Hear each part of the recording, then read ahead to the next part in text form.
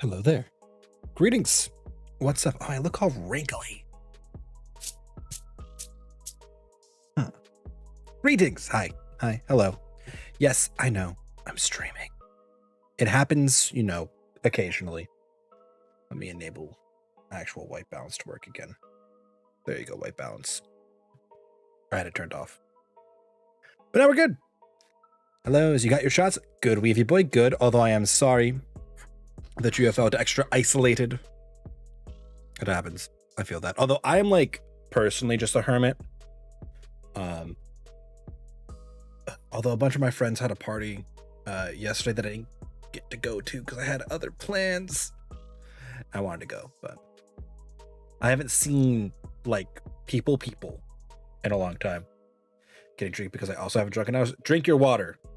Hey there, Icy. How are you? How's it going? But yes, I am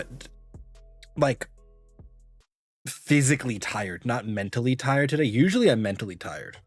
But I have I don't know what I did. Probably just from leaning to the right for so long the other day. My back shoulder hurts. But hellos. And yes, I have no idea what I'm doing today. Zero clue. I thought maybe Jackbox, but I wasn't feeling it. So who knows what we'll do. Who knows what we'll do. I was being really productive earlier doing some D&D things, so I guess we could just chill and do D&D things. I guess that is technically an option. But who knows? Who knows? I barely been playing I've barely been playing games the last couple days. I gotta thank you for the 15 months. Sexy Orcs are part of D&D. Sexy Orcs are part of D&D. We have made that objectively true in my world. I need to finish for D&D things that I was working on. I was working on updating people's character sheets. I am now 60% of the way done their character sheets. I have 2 people left to go.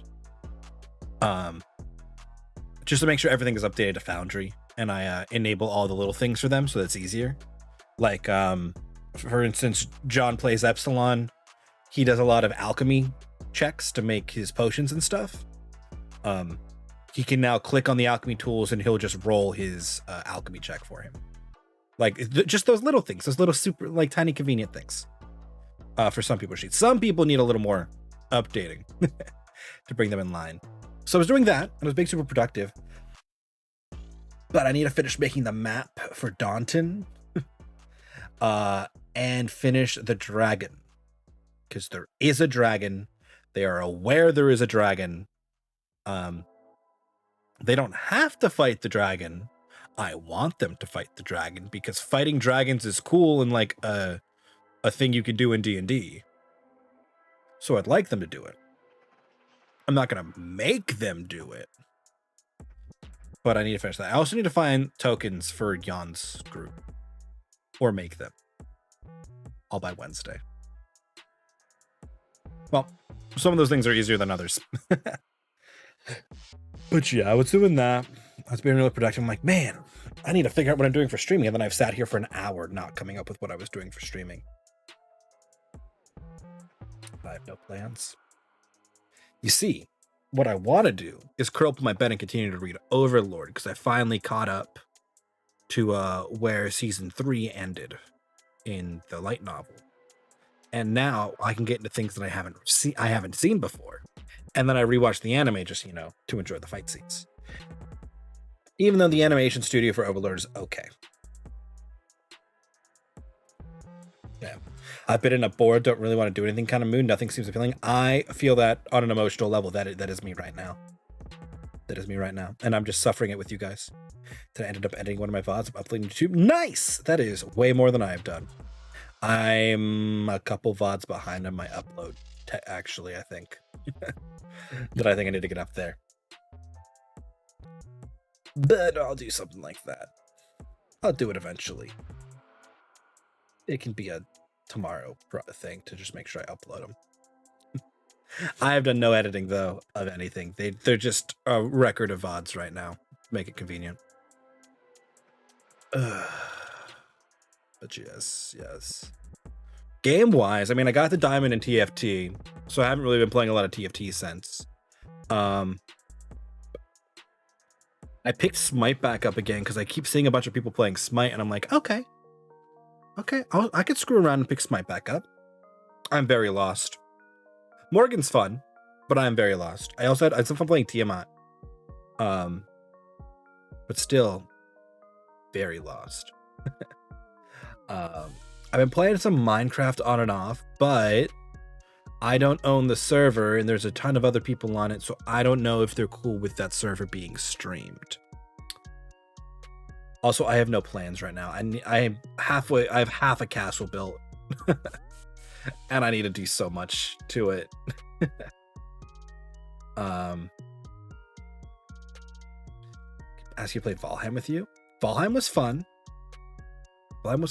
I'm keeping my eyes on what's it called? Let me find it. Tribes of Midgard.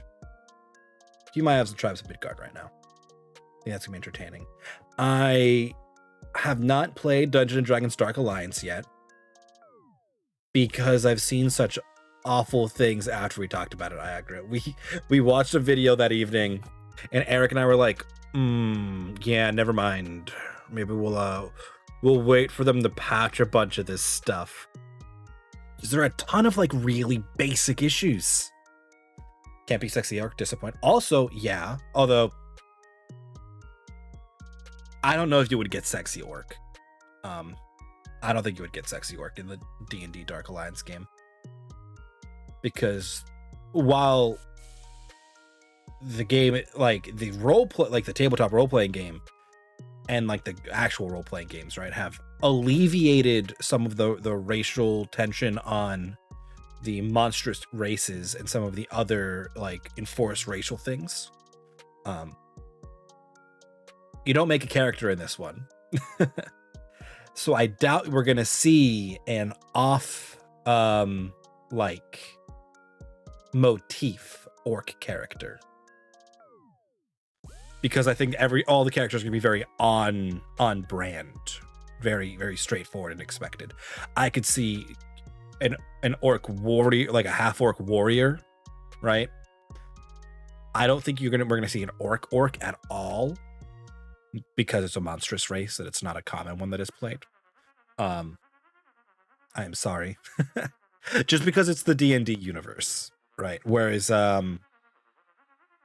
if it was Elder Scrolls, we might see more orc characters because they're just different. Want to play a typical on-brand D&D game, I'd read a D&D. Yeah, I mean, that's what this is, right? D&D Dark Alliance, it's Dritz, right? Like, it's just Dritz in that squad. So, I mean, it's a book.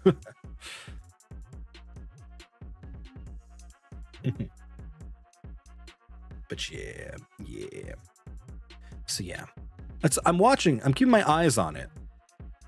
I'm not seeing good things right now. On the other hand, Eric and I did discover a hilarious game called Slappy Ball the other day, which is a Rocket League, but it's volleyball and you're a hand.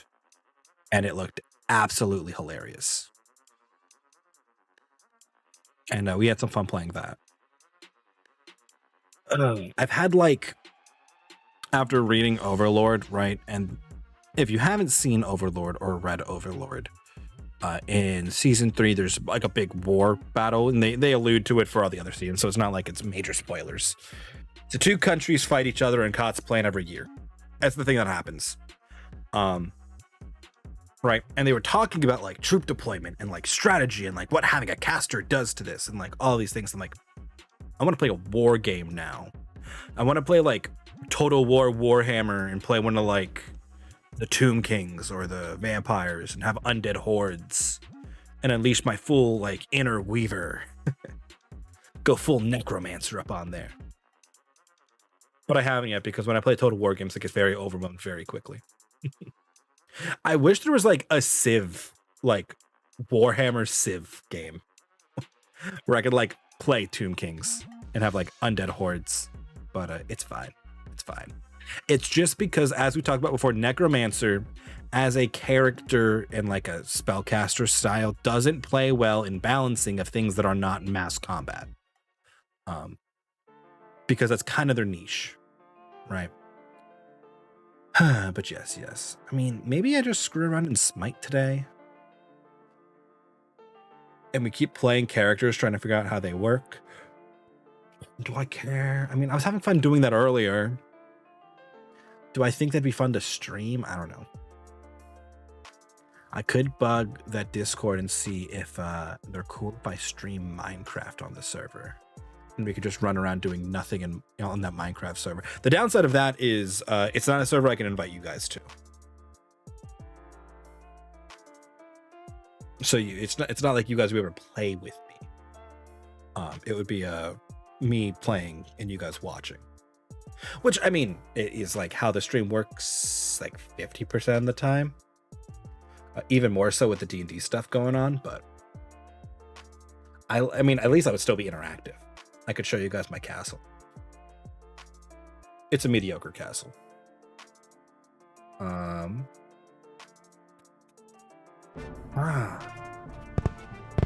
Wikipedia race, maybe? Interesting prospect, I see fire. Wait, not. Is there something short and new you might be interested? I don't. That's my problem. I don't think so. Right? I keep looking at stuff. I'm like, nah. I mean, like, we could just play TFT Hyper Roll. Like, I could just do that. I don't think I finished my Genshin chores today because I was working on grinding out the last adventure thing because I've been slacking on that. I could Magic the Gathering. Like, there's a lot of stuff I could do. There's just I don't feel drawn to any of them right now. Like I said, my problem is what I want to do right now is I want to go and I want to sit back and I want to read. But that a stream does not make. I did promise you guys I would do a little streaming. Maybe you're depressed. Oh, I'm always depressed, Iagra. Always. That is like top one symptom of like you want to do things, but you just won't. That's me all the time. Yep.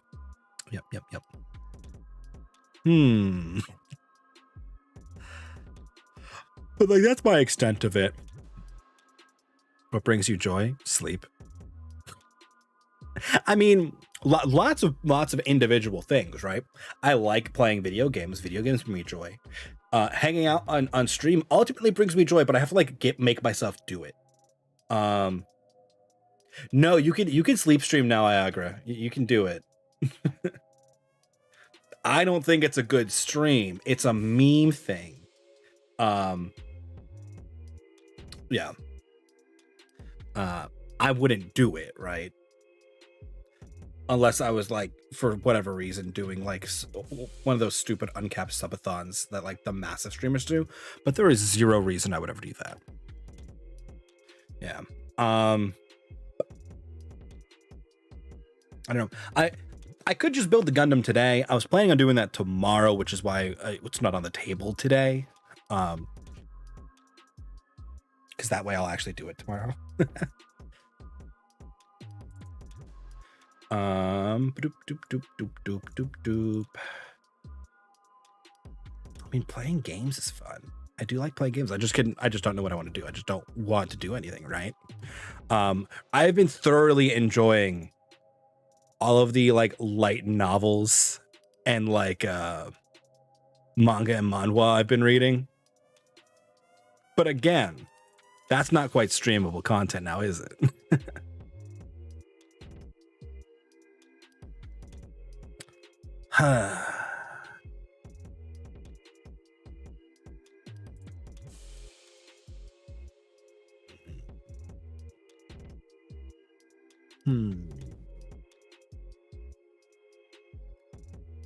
Which you'll read from books?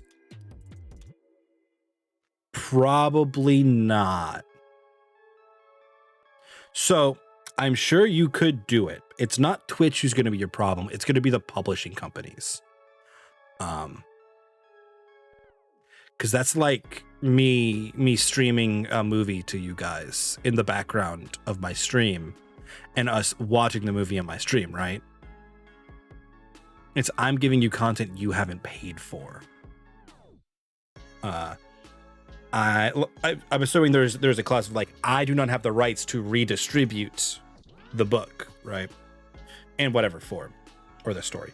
Now, if it was like a web novel and it's free online, there's probably not a real problem. I don't think anybody would come at me, but yeah, if you had a license to stream or it was public domain or your own content, you could. Yeah, I would think so. I do not see any reason you couldn't do that. Yeah. Yeah, if you, for whatever reason, had an agreement with the publishing company for that book who owns the copyright, and they were like, yeah, you can read this on stream, you'd be fine, right?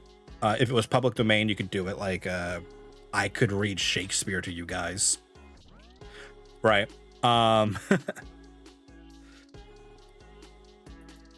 We could read Dorian Gray, and we could put everybody to sleep. Plotting a storytime channel point numbers for every few pages or something. I mean, that could be fun. Especially you have something to read from. I've seen people do Dr. Seuss, like ASMR before. That could go bad quickly, though. Well, it depends what you're reading, I see.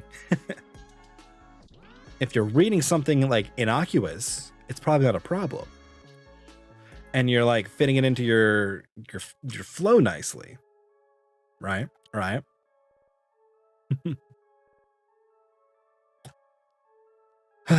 But yes.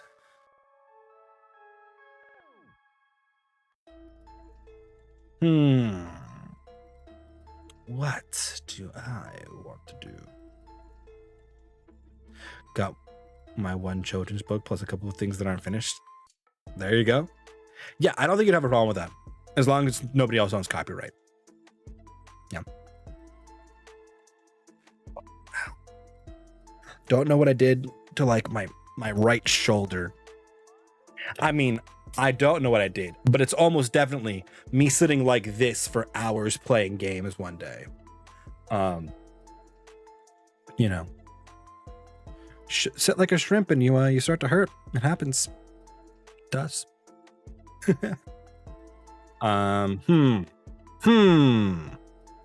Maybe you need a hot tub stream. I mean, I do. I don't own a hot tub though, is the problem.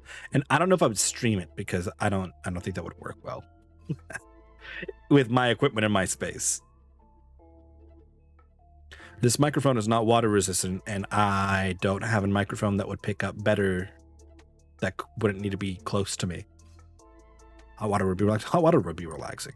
We don't have any bathtubs here that are like big enough for me to like take a bath in. No, I'm too tall. But yeah, nope. I'm about soaking in a hot tub or hot bath. Also, water is rushing. Yeah, we don't have great, like, I mean, our water's not great. It's not rusty, so we'd be okay. Like, it'd be fine.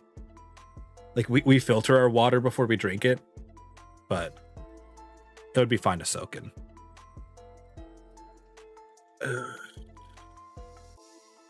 But yes, okay. But bottled water? Well, I mean, that's probably fair. It's probably cheaper to get bottled water than it is to replace the filters to deal with whatever rusty water you have to deal with at a frequency to which you could drink it. I feel that. I did that for a while when I was at one of the places I was living when I was living in the city, because the water just wasn't great in the pipes in the building. So I would just buy like gallon water jugs from the convenience store down the street. But probably the problem is it'd be a major plumbing project because we have all copper pipes. Well, we just have a little Brita filter pitcher, right, that we fill up. Like whenever you use it, you just refill it. And that deals with it for the most part. I don't know how much you'd have to go through if that is enough for your situation, or if you get one of those like faucet attachments. I've seen the filtered faucet attachments that are cool. I honestly don't know. I don't know enough about the space.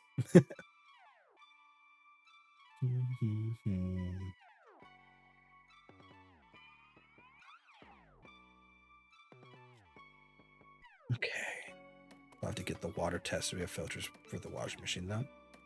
Gotcha. I mean, that makes sense. I mean, that sounds like the smart way to do it too. Right. Like I'd be cautious about what's it called? Doing like rusty water to just Brita filter, like transition, right?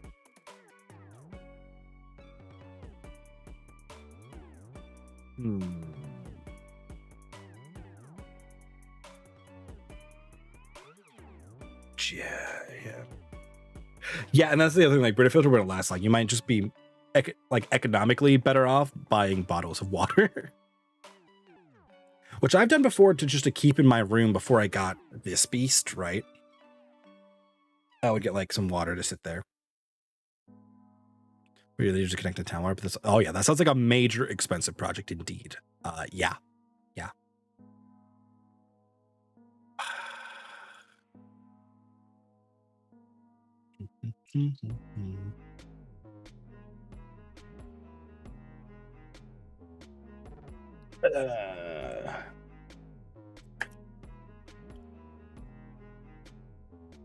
me ponder this real fast.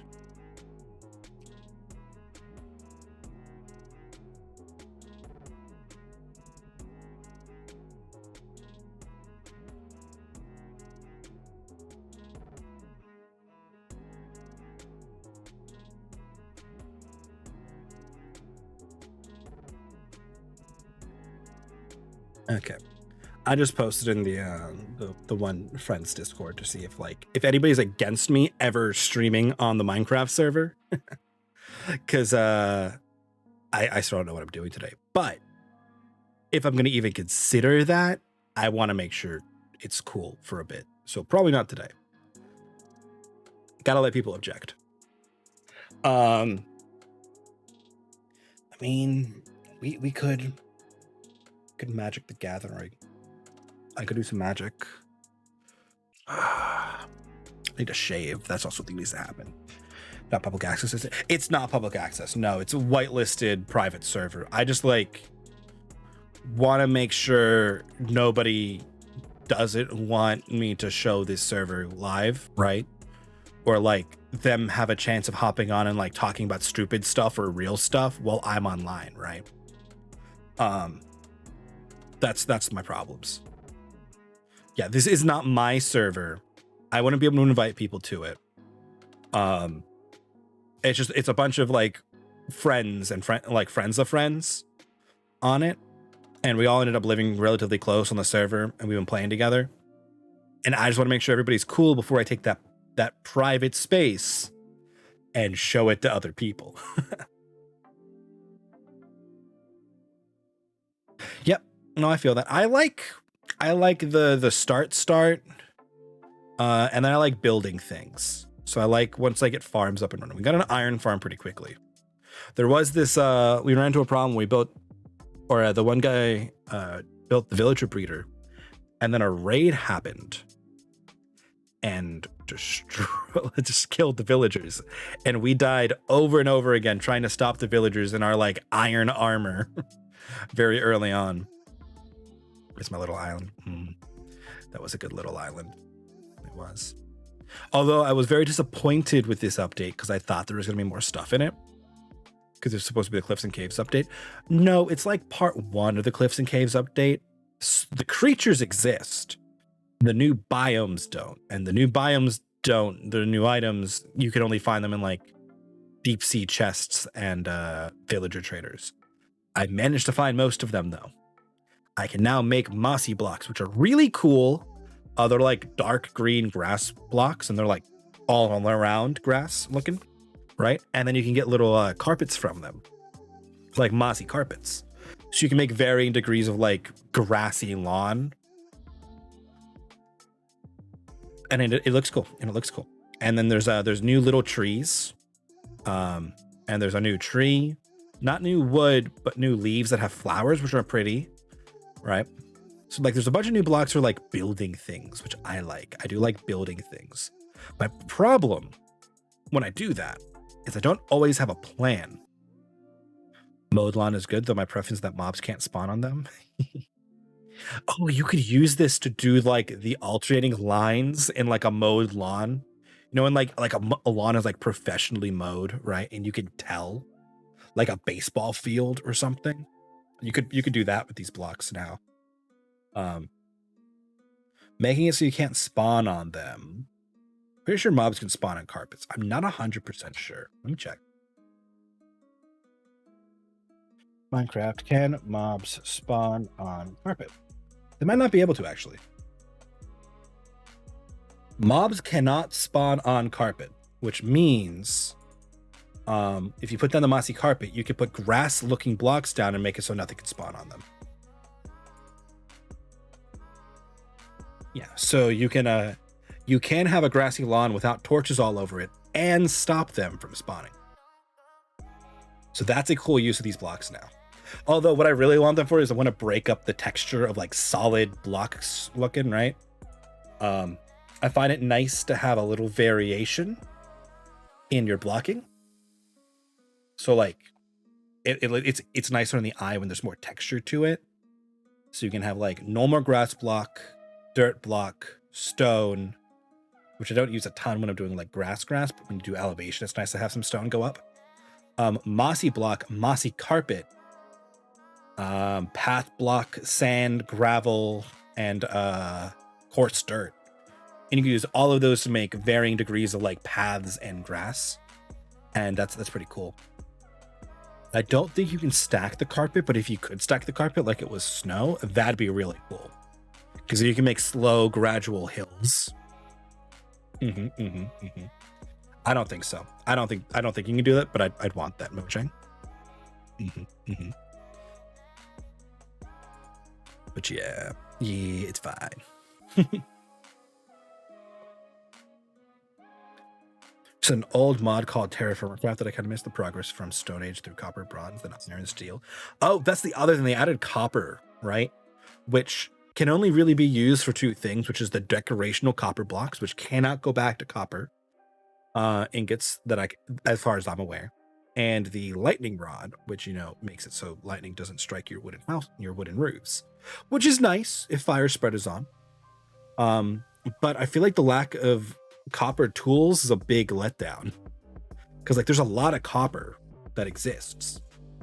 It's like I find more of it than I do iron, at least in most levels, until I get really deep. There are no copper nuggets, just copper ingots. And then they made it so all ores drop raw ore that you have to smelt instead of their block.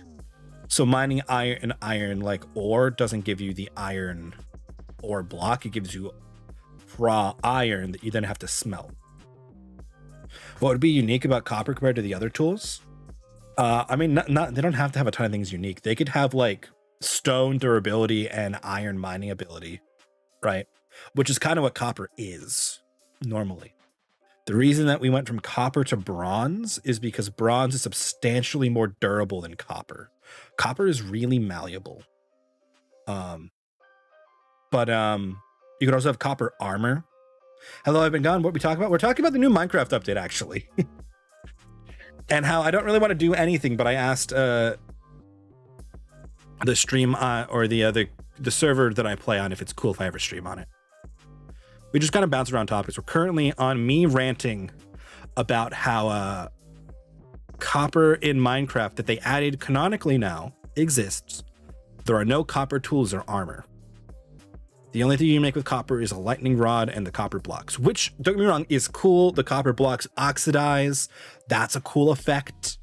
So like if you build stuff out of copper, which is really expensive, by the way, the longer it exists in your world, the more teal it becomes. And don't get me wrong, I like myself some teal blocks. And you can like use beeswax to stop it from being like that. But I'm just like, I feel like there's a big miss on copper tools, because that's a major historical step for like humans, right? Was we were using stone tools, and then we learned metal works, and we did copper. Because we could find copper at a level that was used, like we didn't have to make big mines yet. We eventually did. And it was easy to smelt. And it made better tools than the stone. Don't know, iron nuggets would miss opportunity. That I agree. I also agree. I think having the nuggets is really important. And now we have crafting recipes with the nuggets. There's iron chains that are craftable. And there's the lanterns, which are craftable with iron nuggets, which I think is brilliant. Should be worse than iron though, which would mean it's worth less. Stone can no longer mine iron.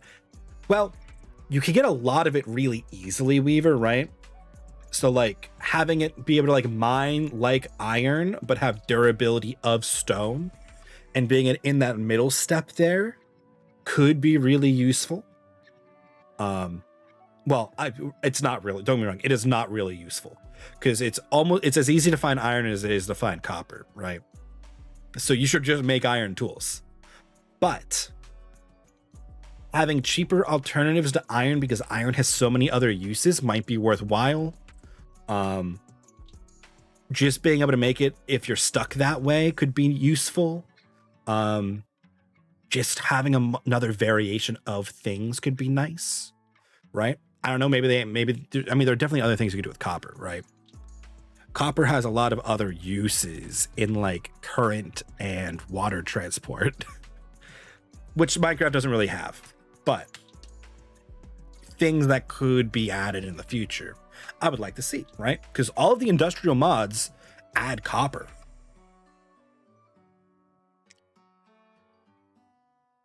And don't get me wrong, making copper tools would probably feel like making gold tools, right? That material is not good at that thing.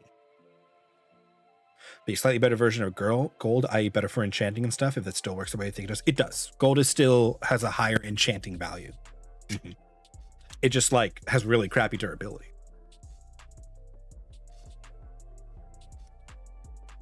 I mean, I'd love to see them add tin and let you start doing alloying and get bronze. That's a lot. Don't get me wrong, there's a lot of mechanical steps. But I like that. In Terraformer Craft, the main progression was locked by technology, not just resources. In a metal temperature system, you had to craft a bloomerang to make iron, make a blast furnace to make steel, I think, things like that. Copper could be a kind of midpoint between iron and gold. It's kind of what I was thinking, yeah. Copper tools are basically make a clay mold, melt the copper. Yeah. That is very much how they end up getting used at some points. I mean, you could do something like that and make it so you can't smelt iron in a furnace. You have to use a blast furnace. But you can smelt copper in a furnace. And now you have a middle step of you're not really set up enough to smelt iron yet. Now, are you? So, or at least not in like mass. So you make some copper tools to hold you over, but I don't know if that's needed, right? I don't know if like adding more complicated steps and like gates to Minecraft is necessary. I really liked it, but the problem was it was too difficult to do single player and it was too hard to find mental resource to advance. You're welcome.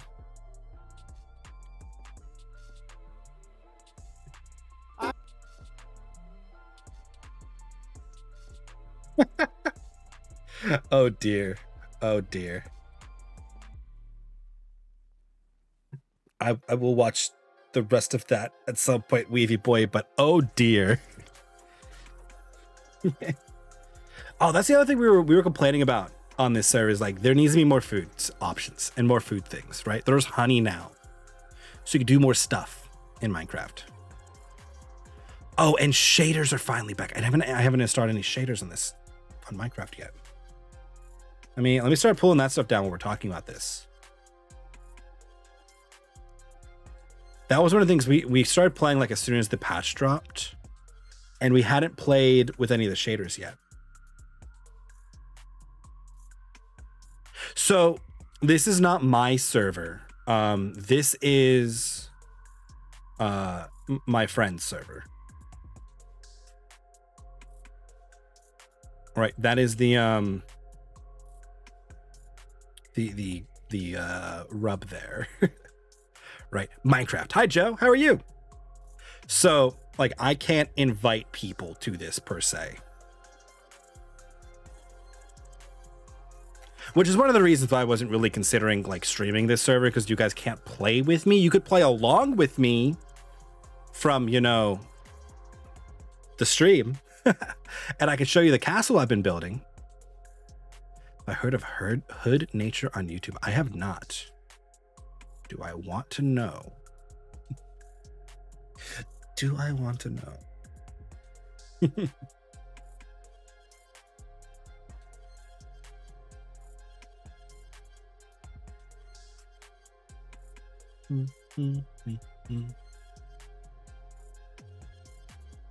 Just install Optifine real fast. Also, feel free to play with lights. Lights are on again today, as usuals.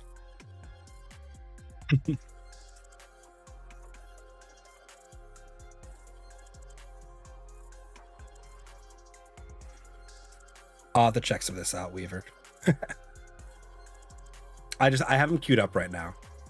Some good old necrotic lights representing. I like it, Weaver. I like it. Oh, you missed me rant about how I wanted to be a necromancer and play Total War Warhammer like 2 and play like Tomb Kings, because I've been reading Overlord and I'm finally caught up to where the anime ended. and how that's all I wanted to do at the moment.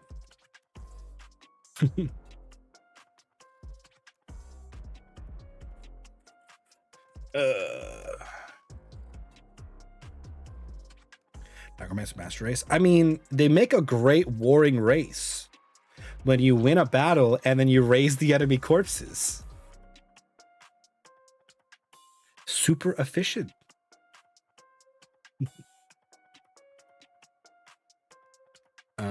Let me go. I need to find the shaders. Also, yes, anybody can be a necromancer if you try hard enough and believe in yourself. So being a lich is a little harder, but I believe in you. You can do it.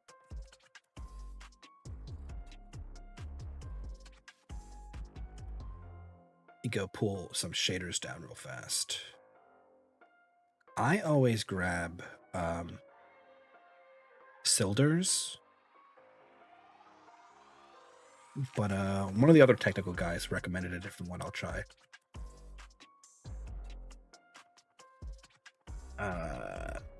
Maybe we'll just play Minecraft. By play Minecraft, I mean I'll just walk around in circles in Minecraft and I'll show you guys what I got.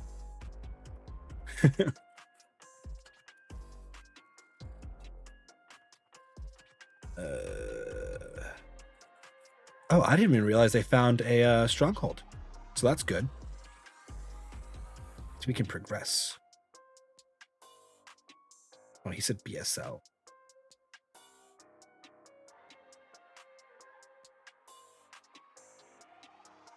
Do I want that?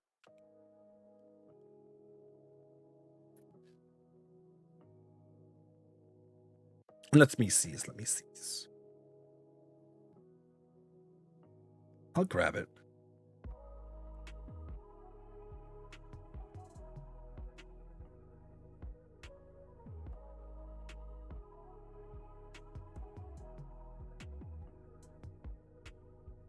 I click the Minecraft button so I can install it.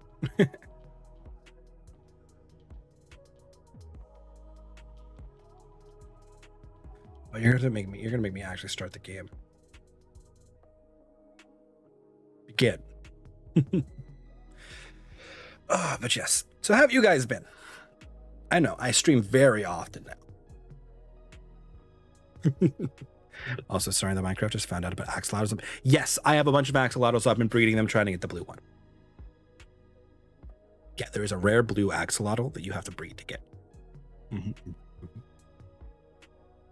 Axolotls are hella aggressive to other things in the water, though. You, but other things.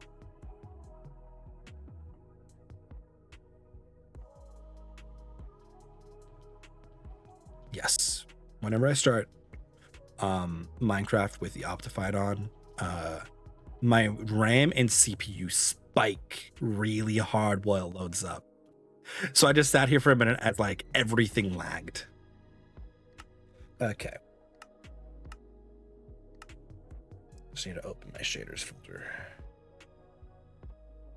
So I can put this in it.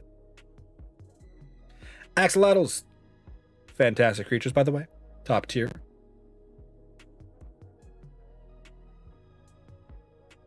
Okay. Let me enable the shaders to see if everything explodes.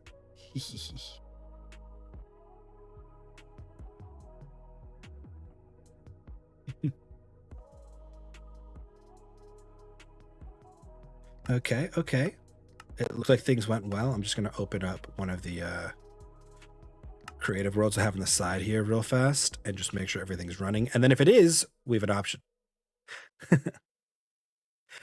My CPU is dying because I'm downloading MC Sonic Mania and Twitch simultaneously.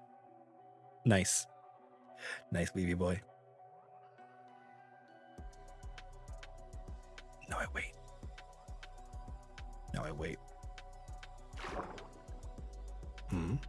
It looked like shaders are on. Shaders are on. The game is just like infinite lag right now. Twitch, Aspire for Minecraft and PC. There you go. Yeah.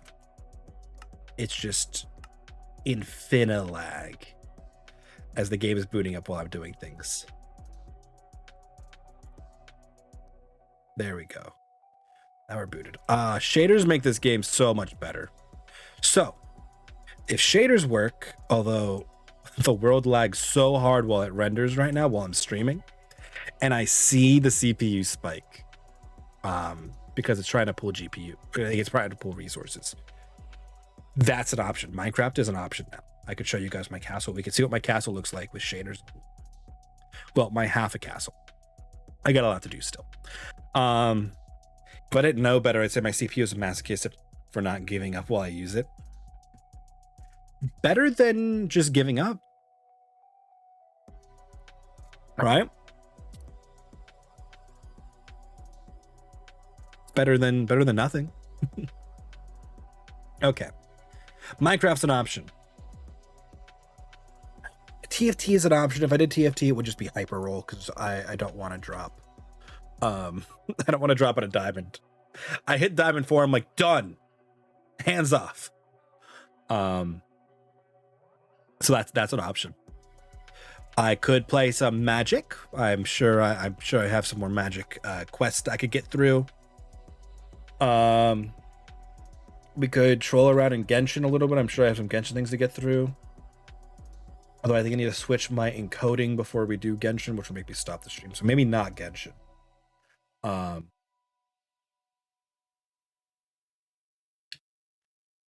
Okay, a couple people have said they're all good if I stream on the server, although that's not everybody.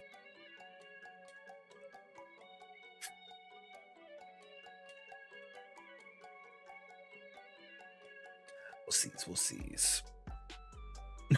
Casey said, as long as you're fine if she curses. I'm like, I don't care.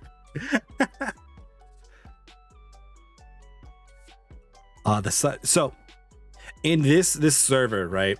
The way this server started, a bunch of them got on together and I got on by myself because I'm on the East Coast and most of them are on the West Coast. So when they play late at night, it's like way too late at night for me. And I generally get on before they do because like I'll get on at like my evening, but it's like before dinner for them or they haven't finished work yet. Right.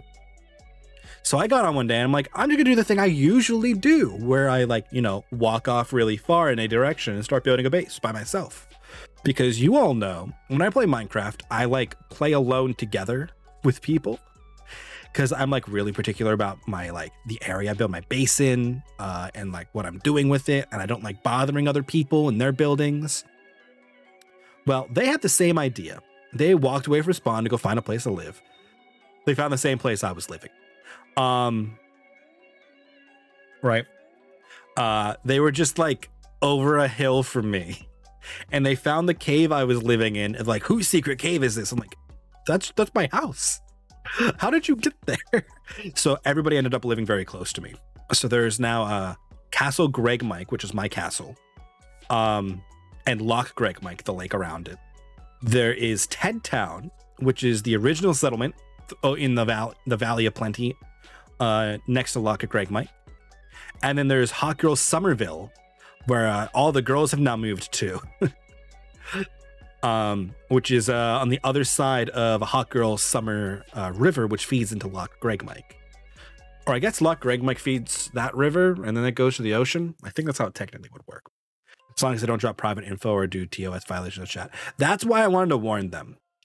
They wouldn't do any TOS violations. That wouldn't happen. And I've never seen them say anything particularly private in chat. But I just don't want them to, like, not say things. Hi, yes, queens! Hot Girl Somerville. I love this song by Megan Thee Stallion. Yeah. That's like, I don't want them to actually do it, but yeah, it became Hot Girl Somerville, and it's great. I do a lot of trade with Hot Girl Somerville. We are close trade partners. We actually built a road between Castle Greg Mike and Hot Girl Somerville. First time I did that, I literally traveled for 3 days before making it home. Yep, that's what I do. That's what I do all the time. Okay. All this talk about Minecraft makes me want to play Minecraft. So maybe I will hop in on that server. Let me see who's on right now. Casey's on. They're working in Hot Girl Somerville. So we have it set up so we have a little map as well that we can see. So I could show you guys Castle Greg Mike from the map. Can I do this without revealing information?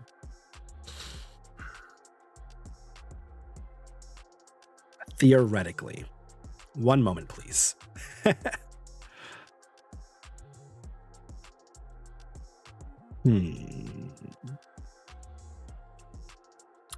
Let me do a window capture of it.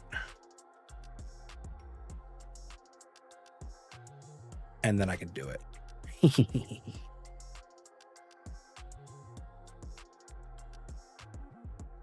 Then if I just go like this, right? I just crop it in and then we zoom out so we can fill the whole screen. And then I don't reveal any information I don't want to reveal. Ha ha ha! There we go. Okay. So here. This is Castle Greg Mike. This is the castle I've been building. It's getting there. I could show you the other side, the other view of it. You can see it is not complete by any measure of the words complete. I'm not even sure what is going in this space. That is my current problem. This is the entry hall. And I also have a big open space here that needs an area. I think I'm going to build an enchanting room in there. I'm not sure yet. This is Castle Greg Mike. This is the bridge to Hot Girl Somerville. This is Hot Girl Somerville. Over here is Ted Town. Ooh, what's this? I don't know what this is. Are you doing that? How am I doing this? Oh, it's we're on a Spigot paper server. So one of the plugins is I don't know what this plugin's actually called. It's a map plugin. I'll look for the name of it, but like you could put markers on a map, right? And like you could do a top-down view of what's going on, and you could see where people are. Like this is my dock, right? This is Locked Greg Mike. So it lets me look at the map, which is cool. I can also talk from the map to people online. Let's like I just saw. Oh, Casey just quit and then rejoined. Okay. I made a grand, perfectly circular island with a castle fort, put a ton of work into it, and they stopped paying for the server and lost that work. Yep, I feel that. I feel that. Like this is the villager trading hall, which is this big red block. This is like the don't build things in here because this is where farms are going. Like public works farms. This is a big old cactus farm, actually. If I switch to this version, I can show you guys. This is a cactus farm, and this is a bamboo farm, and they feed into a little thing over here, where it auto smelts, and I get experience because I'm lazy. This is all storage. This tower is literally nothing. There is not a lot else built. My home is in a cave under here. Can I find it?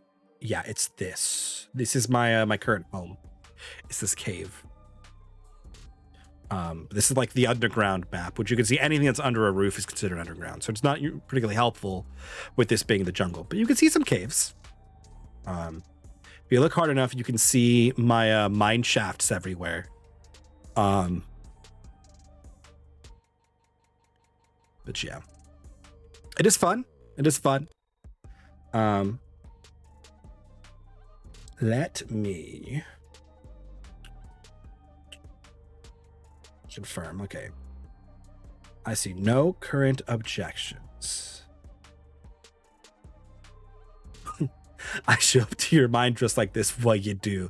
It's a burger skin. Beautiful. Okay. Then maybe we play some Minecraft. You make sure this is set up, and then I'll give you guys the tour. We'll just do what we're currently doing, but it will also be in Minecraft, which is I chill and I chat. Do I have Minecraft loaded up here? Oop, I do. Okay. You know what I really like that isn't in Minecraft? The Origin stuff, like the Dream Crew Origin SMP stuff.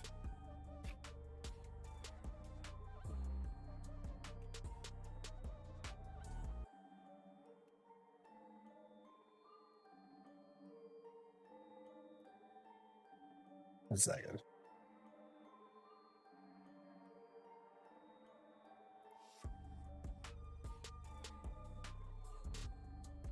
Oh, shaders make everything so much better, guys. I don't know much about the Origin stuff, honestly. Here, let me boop that off. Oh, it's captured the wrong Minecraft. There we go. It'll capture it in a moment now. I was just giving Casey warning that I was live. Okay. Why are you not capturing the Minecraft? I see you capturing. I see it. Is it because something else is above you? Probably. Yes, it is. There we go. Ha ha ha. Where there's essentially races that give them special abilities and attributes. There was an old, what's it called? SMP mod that added like demigodhood, that you could like become the demigod of one of like the Greek gods or something, and you would get cool powers that I thought was really, really interesting back in the day. Yeah, we turn sound back on for you guys. I can give you the tour of my castle. Hee hee hee. It was really fun. It's like really old now. This is the storage hall. Okay, before I do this, I don't need you open. Let me shift the music up a little bit. Are you more fun? It might be more fun. Boop, boop, boop, boop, boop, boop, boop. These are the burbs. One of the cats. This is the anti-creeper in the storage room cat. I'll give a proper tour in a minute. You got to meet the animals first, of course. Here are 3 of the axolotls. Most of them are in a chest. Don't ask questions. We go down here. There are even more cats. Here are 3 more cats and Oliver the ocelot on the dock of Castle Gregmike. There's a lot to do. I'll give you guys a proper tour in a moment. Boop, boop, boop. And then we can stand around and continue to talk. Where do I start the tour? Oh God, I see the frame rate lag. Yeah, it's a good old 14, 15 FPS. What is doing it? It's because it wants all the memory. I might have to up its memory allocation at some point. Because I'm running shaders, and because I'm streaming, recording, and doing shaders in Minecraft on the same computer. What I was like setting it up to do a multi-stream system, but I streamed from this computer because I didn't know what I was doing today. It's fine. Everything's fine. Boop, boop, boop. Bop, bop. This is the bridge to Hawkgirl Village, Hawkgirl Summer Village. It's not very dark. This is the entrance to Castle Gregmike. These roofs not might need lights now. But here, we'll make this Minecraft. Boop, boop. I'll give you guys the tour of Castle Gregmike and then we'll chill. This is the entrance. I might make this actually work via portcullis at some point. I don't think I have enough headroom here, so this will have to be rebuilt. But it's fine. It's fine. I went around and did a thing I often do, which is I raised like the land and a wall up off of the water. So it's like almost like a Mont Saint Michael, right? Yeah, I think that's what I'm thinking of. These are the new blocks, or the new little trees. You can see that they are little like shrub trees. You can grow them into full trees. They are azalea trees. There's flowering and unflowering. Very nice. Oh, bye, Casey. Welcome back, Casey. This is where those two big buildings feed. It smells cactus whenever there's enough bamboo. Why is there 64 bamboo in there? No bamboo in there. Oh, you know what? There is probably a what's it called? A chunk divide somewhere here. Oh no, there's no divide there at all. Weird. Unhappy weird. There should be the same amount of bamboo in all of these things. But for some reason the bamboo is backed up in these. So we go to the maintenance area. This is where the smelted stuff goes. The purpose of that is why is there dirt in this system? Words are hard. The purpose of that is because when something smelts, then it gets it produces experience when you take it out, right? And if a hopper takes something out of a furnace, the experience stays in the furnace until the last thing is taken out. So if you do a bunch of smelting in here, and then you take a piece out, you'll get all of the experience of everything that's ever been smelted in here. So like if I pause this here, right? And I take this out, I'm at just shy of level 19. I'm now level 24 because I just took all the experience out of it. So it's an experience bank, basically. You have nothing to smelt because everything else was backed up. Okay, maybe I need to redistribute the cactus as well. Everything will catch up.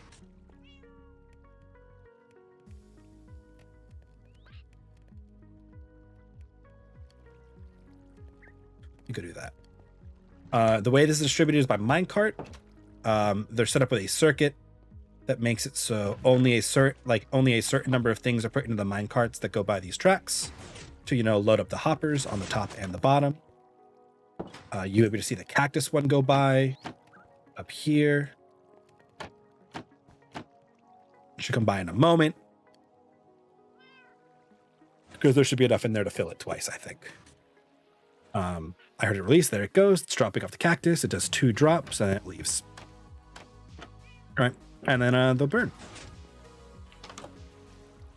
And I can show you. I can't show you the cactus farm anymore because it's kind of I blocked it off.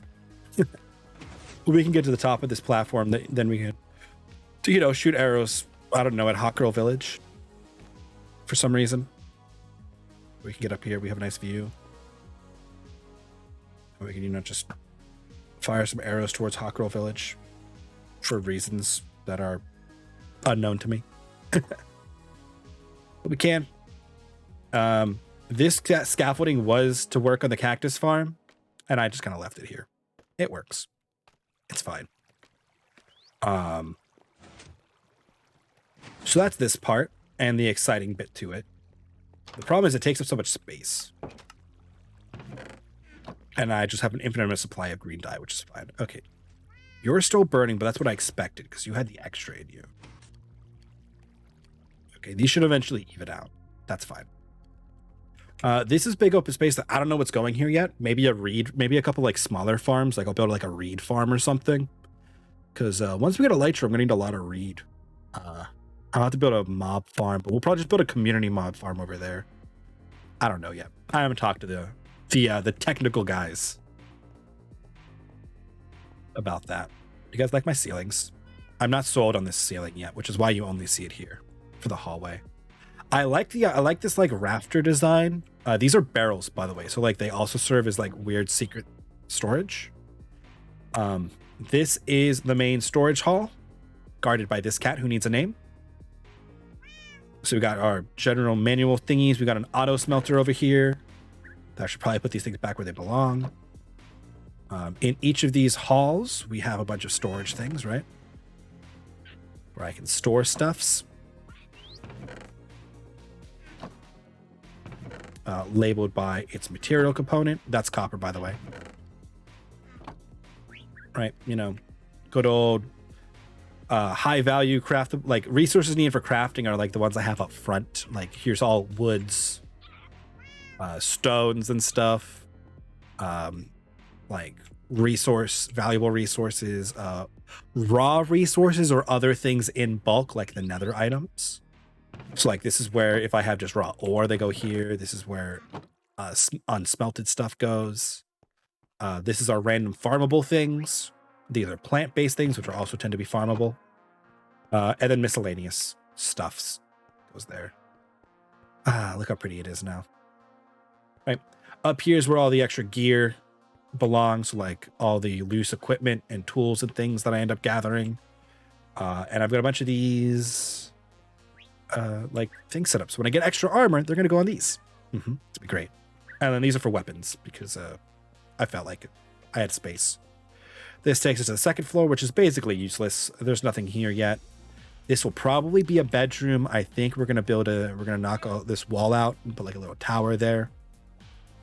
Because my bed is underground right now. Stairs are this way. So go back down to the main hall. I'll explain that in a minute. This is the tower. I don't care about the wandering villagers anymore, but he can add to my collection of llamas. So I have murdered many a wandering villager and claimed his llamas. This frame rate is killing me. I'm gonna have to set some other stuff up. Packed ice isn't bad. You can just farm ice soon. You don't have anything I want. I got my moss blocks. I need to look at fish farm. That was kind of the main thing I had set up. So they're super heavily nerfed. Okay. So I could build you a fish farm in like 6 blocks in like a 1x4 space, right?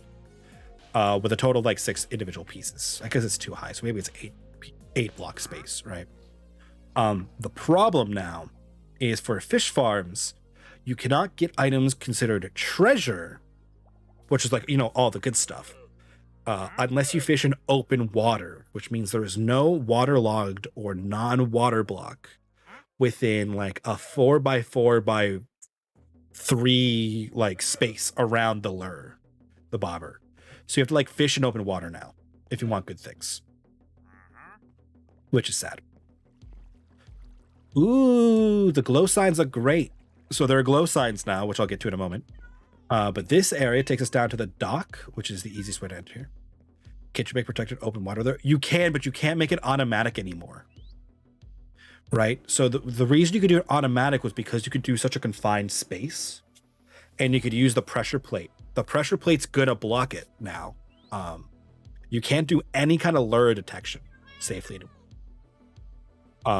There's something in the water that I'll have to go check out. It might be the turtle. I hear something about a turtle here. I've been cleaning the water up to make it look pretty. Do you like my water? This is all man-made. I built this down there to make it pretty. Put some rocks in, make it look like it's an actual underwater area. Hi, cats, we're back, yes. So like I fish off this pier now to get open water.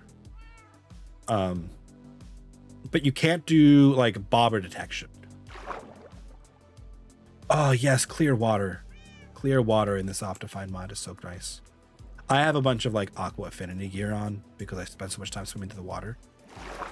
So like you could see the difference between areas I haven't done anything to and areas I have done stuff to. I built this little trench. I mixed up the textures. I put a bunch of different sea life in here. I need to put some sea pickles down still. I made little like underwater rocks, right? Because there are rocks underwater. We need to get turtles in this lake still. I tried one day. I don't know what happened. Somebody probably stepped on them like a zombie. And then I store all my fish back here for these cats. My cats. But yeah, so the problem is you can't do lure detection anymore. Okay, this looks much better. How does, actually, with the shader on, how does this actually look? This looks great now. This didn't look as good without the shader on because there was like no real shadows up there. Now it looks better. Not that anybody ever looks that high up, but I know it's there. This area over here, I'm probably going to build like a nice map room. And then maybe try to put some like tables and fake chairs here to look out over the water that will eventually be cleaned up. And I'm going to build a beach over there. Oh, we'll go up that tower in a minute. This goes down to the glow squid farm. I don't see any currently. But there are new mobs with the axolotl and the glow squid. Oh, look at all this glow squid ink. This is a passive farm. It actually uses axolotls that spawn in this space because axolotls and glow squids only spawn in the dark, like dark water below below sea level that have stone below them. I like collecting enchanting stuff to make things easier. Kind of sucks that they got so heavy nerf. Yeah, you can still, like, it still works. You just can't do it automatically anymore. So like I sat here one day and just farmed, like fished while I was watching a movie. So that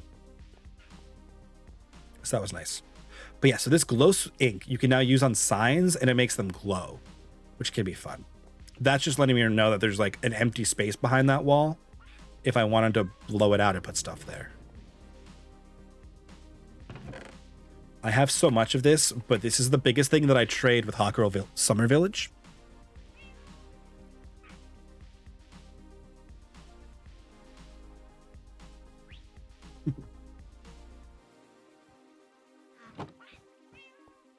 Right.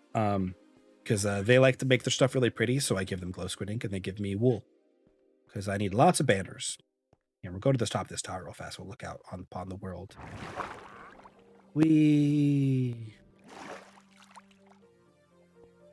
Okay, this looks okay. World is so bright. Look out upon Castle Greg Mike. We can see Hot Girl Somerville over there. Can't really see Ted Town anymore. It doesn't really load. Ted Town is right over there.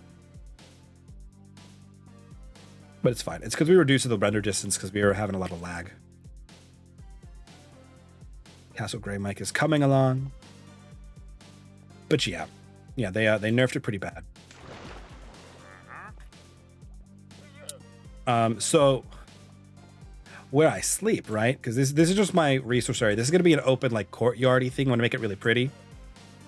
All right. My bed and my original base is down here. So everything used to be in this space. That goes down to the mine. This is the bed, the nether portal. You can farm lava now, which is nice. Right? You can use dripstone, new blocks, and lava will drip into cauldrons. So you can have an infinite lava source in your house. This is the Calcinerator 9000.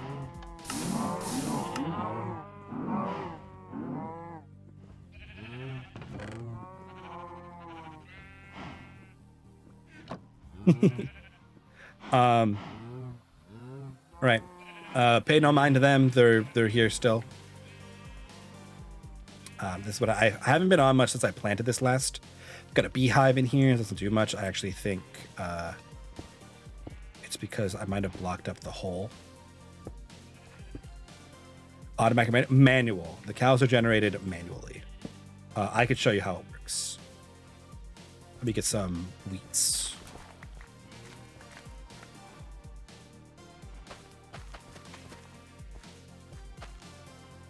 And I could show you how the cow system works. This is just all my like basic starting farms. Like this is a super crappy reed farm because I turned off the melons because I have way too many melons. So to generate the cows. Oh, this is glow berries, by the way. I need to bone meal it and get more berries. They grow from the ceiling, so they're really pretty. So the way this works, there are 24 cows in that space. No more cows can be in that space. Normal cows cannot fit through this like 4/5 gap. Baby cows can. Baby cows get immediately forced out and fall into this space. Baby cows will not touch that spot up there. So when I press this button, lava appears and then disappears. Again, baby cows cannot touch that. So we will only ever burn living adult cows. When I go up here, I can open and close those gates on the side to, populate the cows. Here, I'll show you. I'll close these.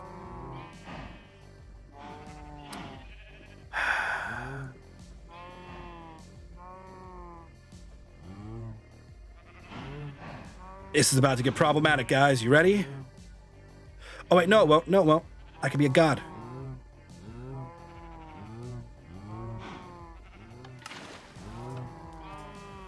Can I get out here? Will it work? No! Help, I've fallen and I can't get up!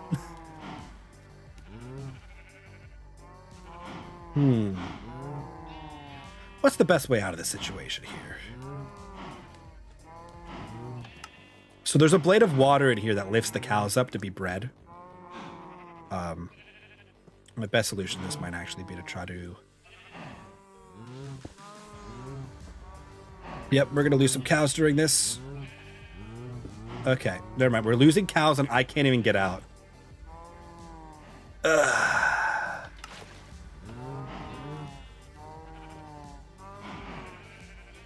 How are you? How did you all get out? Whatever, I can put it back in.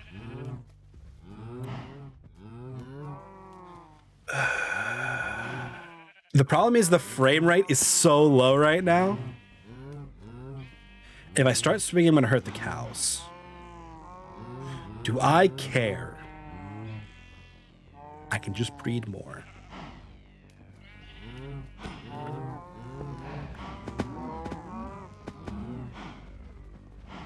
Okay. I'll just have to get him back in. Get back in your hole. Okay, cows. Everybody in. This is a nightmare with this frame rate. So, we get the cows in this hole. Without getting in the hole ourselves is ideally the key. This would be easier with leads. I can go and get leads. Let's fix this. Streamer tries to show stream his cows, immediately regrets it. So we would feed the cows. The cows would then fall. The baby cows would then fall into the lower section, and when they grow up, we'd murder them. You know, looks innocent.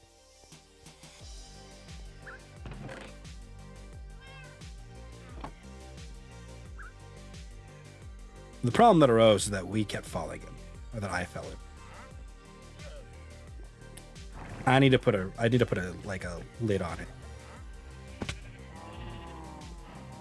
Okay, cows.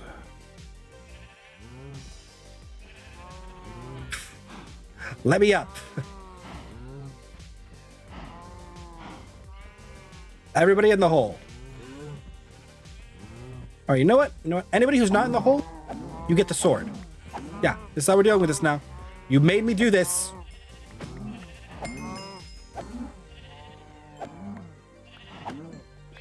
I'll just have to breed more cows. It's easier than trying to get them all in there. Okay. Well, now that we've done that, would you like to get in the hole? Or would you like the sword?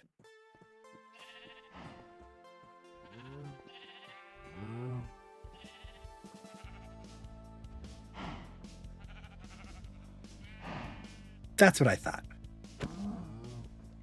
Wait, no, give me the lead back. Whatever, if I go far enough to break. I don't really care about these leads. I just don't want to attach to me anymore. There we go. I say, if I can get it, it's cool. I don't need it. So, now, we need more cows. So we need to flip these. So what those do is it lowers these trapdoors, right? So now the baby cows stay up there. Now, we press this button, which makes the cows float so we can easily breed them. And then we breed them. And then I right-click and put a torch down. Okay. Looks like we only have 4 cows that actually got in there. So now we're at 6 cows, which is fine. We'll just work our way back up. So now you see the babies are trapped up there. They will grow into full cows totally fine. And then eventually, we will open that gate again. And when we do that, the baby cows will flow out and into here. And then we push the button and they die. It's pretty simple. Hi, other animals that I pulled down here and then used for a minute and then left. They will eventually come up because I will eventually build a farm section. This area goes to the enchanting room. Here are the books that I've gathered by fishing. This is my fun enchanting space. This goes to the mine. Watch your step. Right, you know, your usual Minecraft mining space. With the new changes to the underground area, so this is tough. Over here is deep slate. This is a wall to protect me from water or to protect me from lava. Because I'm now down at a lower level than I usually mine at. So there's lava lakes I run into. But there's a higher volume of diamonds down here. So I made the sacrifice now that I have access to lots of things. Simple tool stations. This is an automatic circuit that pumps items up to the surface. That was useful early on. Less useful now. Classic water elevators, you know. Fun stuffs. Zoom and back up to Castle Greg Mike, which still needs a lot of work if you haven't noticed. How do I keep finding myself in holes? Interesting machine though. Yes. My murder machine is quite interesting. It's not as interesting as that time we built a guillotine on the server so we could execute people. I'm working on these areas as well. All right, they give us they're just these little ramparts up here, mostly for decoration. Oh, hi, squid. All right, but we're working on it. This side needs more decoration. I'm just not sure what's going here yet. Now, let me show you that empty space I was talking about. So actually, can I even get up there? Oh, I can get up there this way. Yeah. Hi, axolotls. I need to breed more axolotls. So, the thing I was talking about is the way that the XP bank farm section works, right?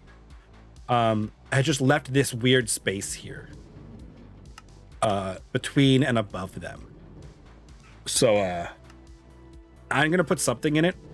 It might be like an armory again. I might just move the armory level here, because then it's like really accessible to like the main gates area. I don't know yet. I might just put a roof over it and maybe make like, I don't know, a reception area. This is going to be the entry hall, so I'm gonna have like two big chandeliers here and like a really big space. It'd be really fancy. But I don't know. I don't really have finalized plans yet. That's kind of the problem. I'm making it up as I go, so I have like no tasks really to do because I don't know what I want to do. Ooh, that's right. They built a tower in Block Girl Somerville. Block Girl Somerville is very colorful and fun. Castle Greg Mike is very medieval. But it works.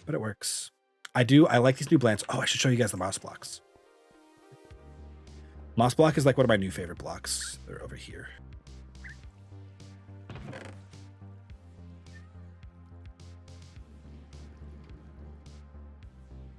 I'll grab an azalea and we'll grab some, we need some bone meal. This contraption isn't really new. It's a composter that you can pipe into a composter with, you know, stuff to compost like seeds. And then they get put in the composter and then out comes bone meal. So you can produce fertilizer basically with your excess farming stuff. You could actually hook a farm directly up into that. I just don't. So grass, this is a mossy carpet block. So it is a carpet. This is a mossy block. You can see it's mossy all the way around. The color is slightly different from grass. So like, we could put these down. We could make some elevation differences, right? And we can get more texture with our lawns, our wild areas. We do this, we add a little grass to it. Maybe we clean out some of this grass, right? And we can get some more interesting looking, like, I actually wanted the azalea block there. More like wild areas, right? Like this looks more wild and unkempt and like interesting to look at than just like straight grass. They're also really easy to break, which is really nice. The other cool thing about them is, where's a good space to work? We'll do here. Is we put stone around them, or really any, and I think almost any block. Stone works. I know dirt and grass work, and we use bone meal on this. It'll spread, and it'll make more mossy blocks. And this is how you make mossy carpet and azalea. So now I put 1 mossy block down, 5 stone, and I got a bunch more. Here's a carpet block. Here's another mossy block. So you could farm this stuff with an automatic farm, pretty much, which is cool and fun. And that is exactly why this area looks like this, because that's what I was doing here. Right, I came out with what, like 27 of these. We got like 10 more now, which is pretty sweet. And I actually really like this color. This color is not affected by your biome like grass is, right? Let's see. We do this. We could make like lines of this, like the lawn was mowed. I don't know if that works well in this biome. It could. I just think it's a fun idea. I might just replace all grass with this at some point, because it's just a cool block. There's also drip leaves, which I haven't figured out. Oh, I might be able to place them on moss, actually. Let me try that. I haven't tried placing them yet. I bought them from a wandering trader. Well, one of these guys. These are my other axolotls, by the way. They're my extras because I'm from breeding. Because when we go and do an underwater temple, I want to bring an army of axolotls with me. Okay, does this work? Yes! So these are just kind of cool, right? They're just kind of pretty. But if I bone meal them, it turns into a whole thing. Yes. If I break this block, do I get a bunch of them? Beautiful. These blocks... Mr. Bile, how are you, good sir? Greetings, greetings. What is up? How's it going? How have you been? I've been pretty good, actually. I've been very busy and have not streamed nearly as much as some people here would like me to. But we've been having a good time in D&D. I've been keeping that at least semi-regular. And this is a Minecraft server I'm playing with a bunch of my friends. So I'm just showing off my would-be castle I'm working on and the new blocks. It's been a good time. It's been a good time. Yes, long time no see. Put these down real fast and I'll show you guys how these work. But yeah, no, I've been pretty good. Pretty good. Just tired working on some stuff. I need to work on a new dragon encounter. But it'll be a good time. Be a good time. What have you been up to? How have you been?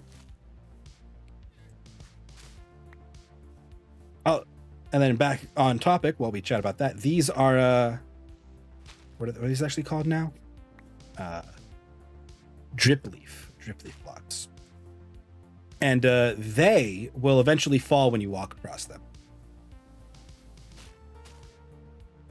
So like if I can stand on this block and it'll eventually fall and then I'll fall through.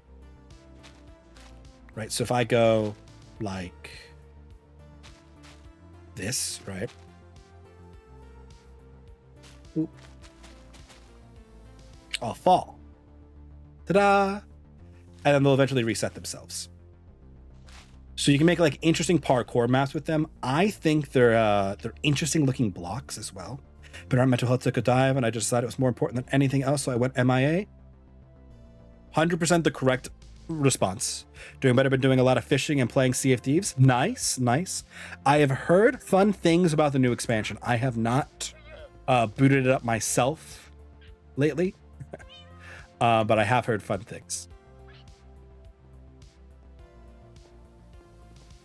Oh, this would be really fun to build this there. But yes, no, I am a stern believer in your mental and physical health are way more important than like all this other stuff like streaming and junk, like low priorities. Big on Twitch, way lower priority than your mental, your physical, your emotional, your financial, all the healths. I just got hotfixed it today, so it's a lot of bugs are working out. Nice. I haven't heard really anything negative about bugs and stuff yet. I know Eric and some of his squad have been playing quite a bit of it. Because I saw them like all day on Sea of Thieves. I, alas, have not. I have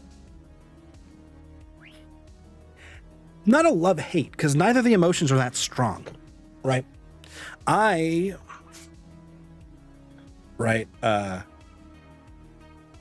like an enjoy and a not enjoy relationship with Sea of Thieves, right? I like treasure hunting. I enjoy some of the PvE. It got really repetitive very quickly. I liked customizing my boat. I liked sailing with my friends. I don't love PvP all the time, right? And I didn't love how like repetitive it eventually got. Like, it was occasionally really fun to do in spurts with like my friends or my brothers or something, and then I get really tired of it and I'd like put it down, which is fine. I'm not in for the PvP. It's not a game designed for me. Right? Like, I don't play Madden either, which is, and I'm not saying Madden's a bad game, although I could make that argument, but for very different reasons, and it's because it's the same game every year. Right? It's just like, I'm not the target audience for that game. But I've heard that this adds some more PvE things you can do, which is interesting. I've just gotten to the point that I just roll around and pick fights and troll, etc. See, and if you like doing that, perfect game for it. That's not usually what I like to do in the game, so I'm usually like meh on that, which is why I don't play it all that often. But that doesn't mean it's a bad game. It just means it's not a game for me. But I do own it. I know quite a few people who have a lot of fun doing it. I like the naval combat overall. Some of the more like gimmicky parts of the naval combat aren't my favorites, but I do like the naval combat overall as a system. I wish Atlas was better, which is Wildcard's basically arc, but it's this is the great stake, by the way, the secret stake. It's arc, but pirates. This is the secret tower, by the way. Nobody else knows how to get here. I know it's in mini view. That's because I was talking about other stuff. As I did my goofy just run around in Minecraft while we chat thing that I always do whenever I play Minecraft on stream anyway. Seeing it look like, yeah, I wanted it to be really good because, like, don't get me wrong, Ark has more than a laundry list of ultimate problems, and Wildcard as a studio has a lot of things to work on as well that make Ark not a game that I can readily recommend to people, even though I thoroughly enjoy playing Ark. Right? We'll just stand here like this when we chat. Right? People who have been on my stream for a while know I love Ark. I do. I like taming and breeding dinosaurs. I like building bases. I don't love base raiding PvP though, so I usually play at my own servers or with like other friends. Same way I kind of like play Minecraft, right? I also love One Piece. So when Atlas was announced, I was like, oh, I could build my own pirate ship and I can like have my friends crew it with me. Then we could build a base on we can make a pirate island. Oh my god, that's awesome. And then Atlas actually came out and I was disappointed is too nice of a word for how I was feeling. I think ultimately the game has like potential, right? I think it has somewhere it could go. It's not going there anywhere anytime soon though. So I didn't quite feel betrayed because my actual expectations of Wildcard as a studio were very low.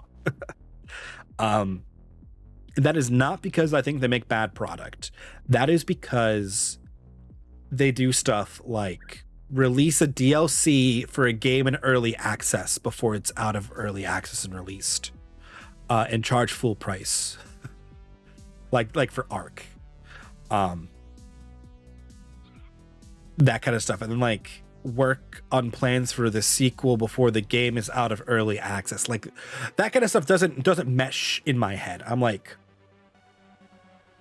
okay. How about we finish the first game first? About that, maybe. They try to bite off more than they can handle and kind of hit each of the notes in the worst way. Yeah. There are definitely issues. Definitely issues. I think they've also made some great decisions, right? Where they I forget what they actually call it now, but Ark got a big modding scene because they released modding tools. Basically, you could just create stuff for Ark really easily using Unreal and like the Epic engine, right? And then some of the mods like just became, you just use them, right? Like Structures Plus, you did not play Ark without Structures Plus, which for those of you who didn't play Ark, it lets you pick the structures back up. Because when you placed your foundation in the wrong spot, it was just there. You're just like, well, shit. Primal Fear for life. Also good stuff. Some of the crafting mods are fantastic. I like a lot of the mods that like added other things. Like there was one that added dinosaur nests that you could like get fertilized eggs from and then hatch them, and I thought that was really cool. It was a little abusable, but really cool. Right, and there were tons of these mods. Well, then Ark started then sanctioning the mods and like paying the mod creator to actually finish the mod and like update it, which is like, I think, a great practice that more companies should approach. Because there are tons of games with like really avid modding communities where a cool mod will just go unupdated, right? And like unused because the other person has a real job they have to do and the mod doesn't get the money. Yes, like the map Ragnarok was an original custom fan-made map. They bought the rights for the map and paid the creator, and now it's a real map. And it's one of my favorite maps. Don't get me wrong, the island will always have a place in my heart. There are like 4 base places on the island I always build in when I play there. The Northeast Lake, Red Ob, the Southeast like peninsula on like the starting area, and then Herb Island. I love building in all of those places. It is a good map. The island is love, yes. But it's hard to go wrong with the island. My favorite thing about Ragnarok, though, is you have all the biomes, right? There's no desert on the island, and I wish there was, and I know why there isn't, but I want it. I like some of the desert creatures. I do. I think they're fun. You like building in the redwood forest in the middle? Yeah. I remember the days when that was a swamp area and a big like plainy plateau with a forest on it. Had an old Ark buddy who used to build his massive base there back in the day. But yeah. No, redwood forest is really fun to build in too. I like building in the redwood forest once I can get platforms going, and then like I build like Kashyyyk. I built a bunch of them interlocked. But then again, you can't really do that without what's it called? Structure Plus. Back in the day, because you like needed a better snapping for things. But yeah. Good stuff. So I'm just clearing some Discord notifications because I'm going crazy.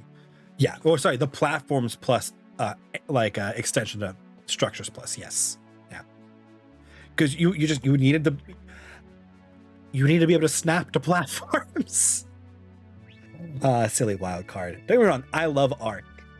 My problem with Ark is always I get to like late game and then I get really bored and I'm over it.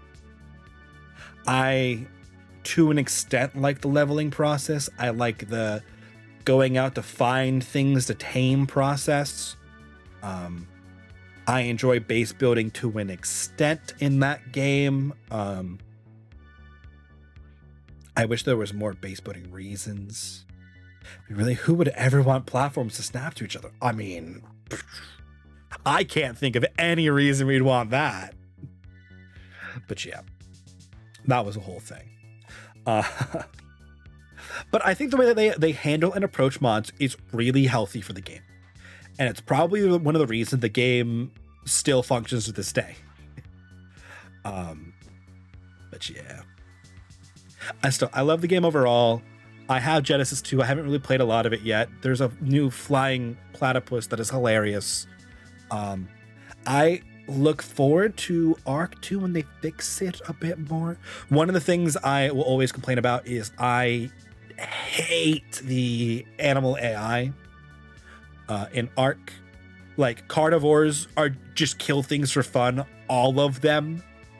Herbivores in line of sight, murder time. Then they're not like killing things for food, they just kill things. And they'll like kill things they'll try to kill things they can't kill. Like 2 dillos will fight 3 trikes, and I'm like, you don't win that. I don't win that. And I'm like, why are you doing this? Right? And it's just like, oh, the T-Rex sees you, the T-Rex eats you. It's not a question of, oh, is the T-Rex hungry? Is the T-Rex territorial? No. The T-Rex saw me across the mountain, and now he is beelining to me to eat my face. Which sure makes the game more dangerous, but like, I hate the AI. There's no like real herding for some of the, Gigas. I hate Gigas. I often disable Gigas when I make a server. I just do. I hate them. Their only purpose is to raid other people and to ruin other people's fun. And I mean, don't get me wrong, being raided in Rust sucks, right? But I always feel like being raided in Arc is like the worst, especially if they kill your dinos too. And like, some of those dinos take hours to tame on a normal server. I always rate up things a little bit because I like it being a time commitment, but I also don't want to spend 26 hours taming a Quetzal. I just don't. Offline raid protection is a must in my opinion. I mean, yes, yeah. I've played in a couple different modded servers that had different levels of offline raid protection, which I've appreciated. But like, I don't need raids. I don't need that. I would rather play in like a more of a community server where we set up like jousts or planned battles where you brought things to the battle you were prepared to lose, and I don't know, you spent a week breeding dinosaurs for the battle, that kind of a thing, right? And then everybody just built bases to be fun and look pretty, because on a real server you can't build a base that looks good and is raid ready. The best bases are like 3x3 metal boxes full of pillars and wall segments and auto turrets. Like, it looks like a porcupine. Wrong, that's normally what I play on, just on a PvP server. No one likes being offline. I mean, absolutely. But there are some people who are dicks, right? We played on a higher rate. It wasn't an official server. Was it an official server? No, that had to be the higher rate server. It had to be. I think we played on like a 2x rate server way back in the day. And me and a bunch of people who I'd met on an official server moved to that server because we got tired of the official. We were playing a higher rate one. And there was an alpha tribe who was like massive dick lords. And we're like bullying all the smaller tribes. If a tribe got to the point where they started like getting ammunition and guns, they would bring their giga and they would smash their base. They had like 2 gigas, I think. Oh, don't be wrong. If you tamed a giga, it's over. Or if your tribe had too many people in it, they came to, we're like, nobody likes this. So a bunch of the small tribes who are all like 2 to 5 people band together. We had a bunch of like airship Quetzals and we raided them. And we destroyed everything of this alpha tribe. And this is back when the volcano was full of metal nodes, not like a volcano. And they had built their base there, monopolizing the volcano, so nobody else could use it. So we took care of it. Mom gave me a Roborex, which hacked numbers to deal with a claim one time. It was glorious. Beautiful. Beautiful. Yeah, this is back right around the ocean treasure chest coming out. Because that was my shit. I had the best ocean dinos on that server. And I went around and I mapped all the treasure chests. And I made a whole routine for checking them. Yeah. Put a big aquatic pen on Red Ob. Good times on the island. But yeah, we did a community server here once on Ark, but only a handful of us played, and then it was just chores, so we stopped playing. One day I'll do it again. I need to find more people to Ark with. But yeah, no, Ark is great. Ark is great. I just wish there was more. More to do, more interesting things, or stuff to make. I never liked the engram system either. Oh, doing it again. I'm like leaning forward.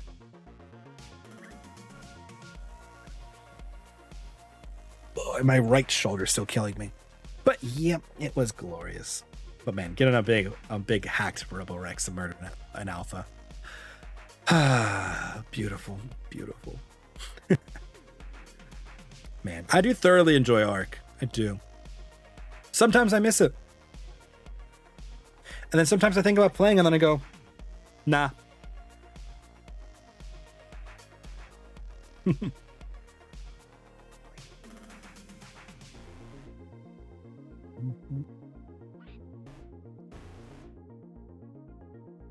But yes. Oh, I clicked back to Minecraft. Oh, well. Yeah. I don't know. We've just been kind of chatting today because I didn't really know what I wanted to do. I don't have any plans for stuff to do today. But I did tell people I was going to stream so you can at least get your platinum. And I was hanging out. We were talking about Minecraft, so then we got into Minecraft so I could show you guys the new Minecraft things and my castle I built. One of those things that I missed so much, so I loaded up, immediately die for an hour straight, say F it and close the game again. Yep. Chill Hangout stream is good. This is true. I do like chill Hangout streams. Tomorrow will be chill Gundam stream. That is my plan. We're going to just build a Gundam tomorrow. I need to do so many D&D things, though. Well, the problem is I don't want to do them on stream because my players could find out. Although I guess they know what they're walking into, so I don't need to surprise them. I guess it'd be fine. I need to make a ruined village map. I need to finish my designs for the new green dragon or the dragon they're gonna fight. I don't actually know the color yet. Not that it matters. Not that it's gonna change anything they're going to do. Could always work I could always work at Orc lore. My problem is Orc lore would be cool and fun to work on, and you would get have interest in that. But I don't need Orc lore for Wednesday. I need Dragon and I need Map for Wednesday because we're playing this Wednesday. Then we're back to our every other week schedule. It was this week's game that was supposed to be last week's game got pushed up or got pushed back to this week, and I made them back to back. Yep. I have cool plans for this dragon because I've changed my dragons from the traditional D&D dragon of like intelligent trickster dragons. Oh, Alex is at my base.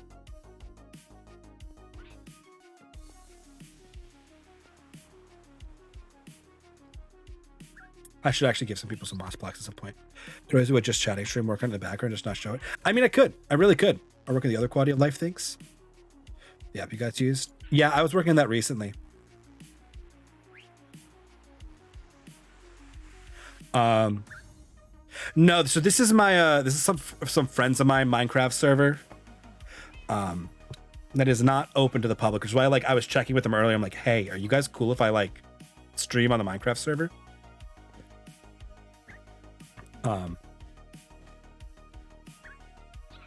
I was just talking about Minecraft, so I was gonna show off some of the stuff we were doing. I hadn't played Minecraft for a while either until a bunch of them were like, hey guys, we're gonna put a Minecraft server. I'm like, I'd play. But yeah, we might just I need to do some Foundry updates. That could be a whole stream. I have to be careful not to show the sneaky bits.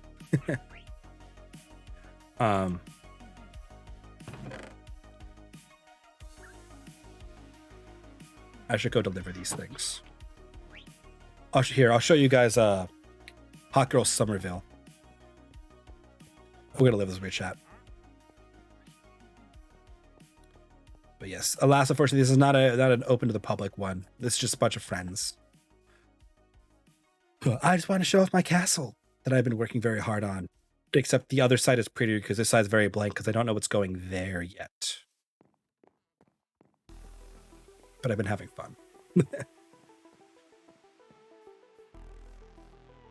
Minecraft can just be very cathartic. So it's just fun to chill.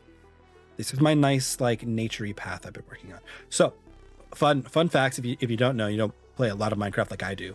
You can put string on top of blocks that grow, and it will make them not be able to grow in that space, because, string takes up the block. So I can always keep these reeds at a low height, so it always looks like they're naturally growing. Same with the bamboo. And I can do the same thing for these vines. So I can always keep overhanging vines that look interesting without, getting all up in your way. Like this. These vines will always be here. They will never grow up over that space. And then, buttons for rocks. One day I'll make these buttons do something. It'll be hilarious. So this is Hot Girl Somerville. I don't know what that is. Just want to drop off a moss block for Grace. This is Casey's house. Oh, Casey got a cat. Hi, Casey's cat.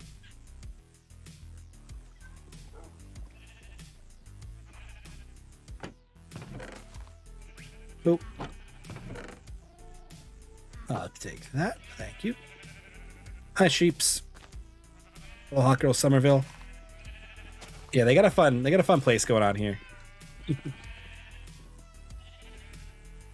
But I should get going because I don't want to accidentally blow up anything while I'm here. I just wanted to deliver a moss block. Because I've been telling people I really wanted these things, so they're really cool. And they're really hard to get. And I finally got them. Although I will say I will be much more excited about Minecraft. Maybe we'll do our own server when the full release for Caves and Cliffs comes out with the biome updates. Because right now I'm just building normal Minecraft using new blocks and getting axolotls. That's really all that's happening right now. So Caves and Cliffs is out. Sure. None of the biomes are out. So the only way to get some of these blocks is by finding them in sunken treasure chests or wandering traders. The lush cave is not a thing that exists. Axolotls do. The blocks exist, but none of the world generation besides the new stone types have changed. So the new cliffs don't exist. You cannot get powdered snow, which is a shame because I want powdered snow, which is snow that gives you frostbite and hurts mobs. So you can make a better mob farm with them. Yeah, there's no cave biomes yet. There's the amethyst geode. So I have amethyst. Oh. Hi, wandering trader who's invisible.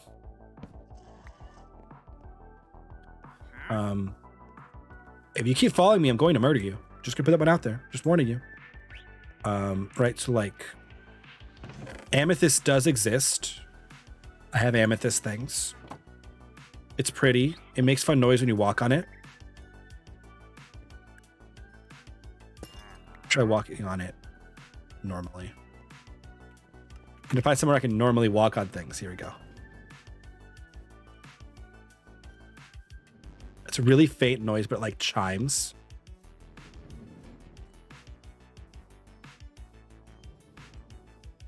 That's so faint. I don't even think you guys can hear it. It's that noise, but fainter. Right.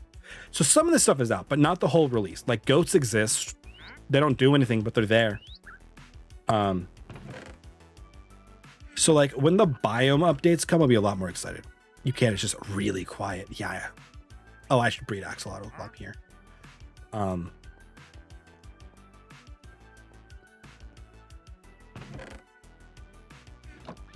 Axolotls eat live tropical fish to breed.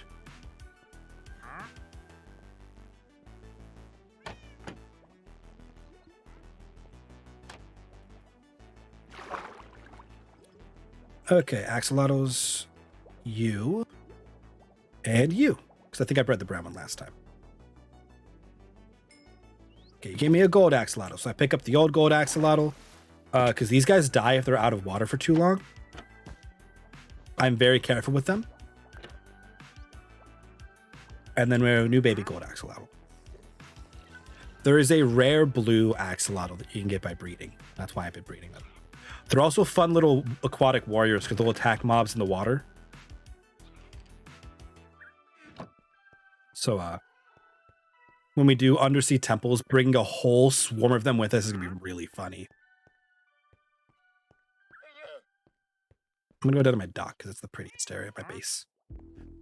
We can chill there while I continue talking.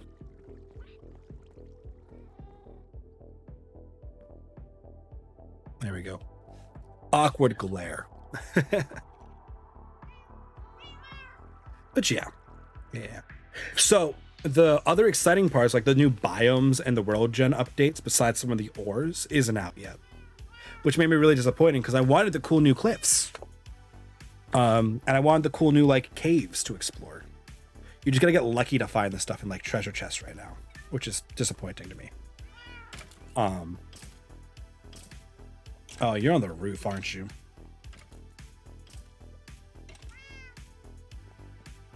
I need to do something about my roof. It's not all spawn proof. I need to fix that at some point. But yeah. I mean, shaders just came out like yesterday for this version of Minecraft, which is why I can now be happy and make it pretty. But yeah. Yep. No, I need more world gen updates for Minecraft. I need more blocks to work with, and then I'll be very happy. Right. Clear some stuff real fast while I'm looking at it. There we go. And now we can have the nice scenic view in the background while we chat. But yep.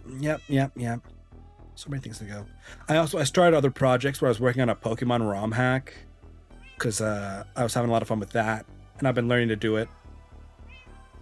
It's just gonna be a lot of work. I've been trying to plan it out, but then I got more like heavy programming assignments or work, and then I got less excited about programming for fun. Yeah. So I've been doing a lot of reading and media consuming. I still need to watch season 2 of Lupin. Still need to do that. My friend hasn't ranted, so Eric hasn't ranted about it, so I'm a little hesitant. I'm a little concerned, but we'll see. I have a couple things on the list to watch still. Saturday is the good anime day too. Today is like My Hero Academia's new episode, which was pretty solid. We're getting good. We're getting real good stuff going on. 86 had a recap episode, which was disappointing, but their season 2 is coming on October, I think. So whatever.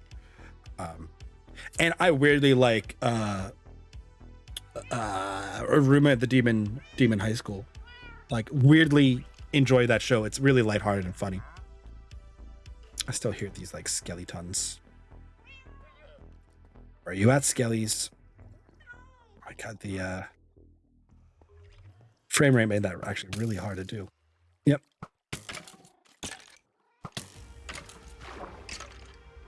What are you gonna do now? What was your plan here, Mr. Skeleton? Also, where did you spawn? That's something I need to deal with.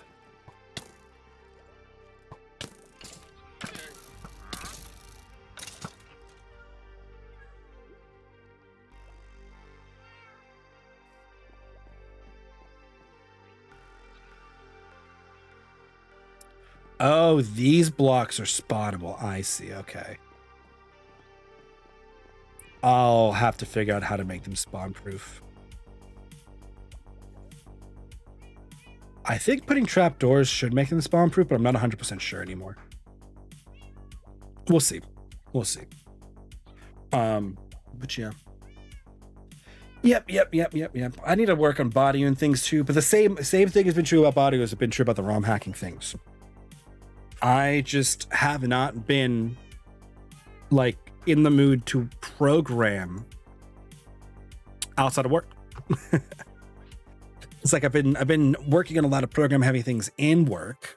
So then afterwards, the last thing I want to do is work more basically.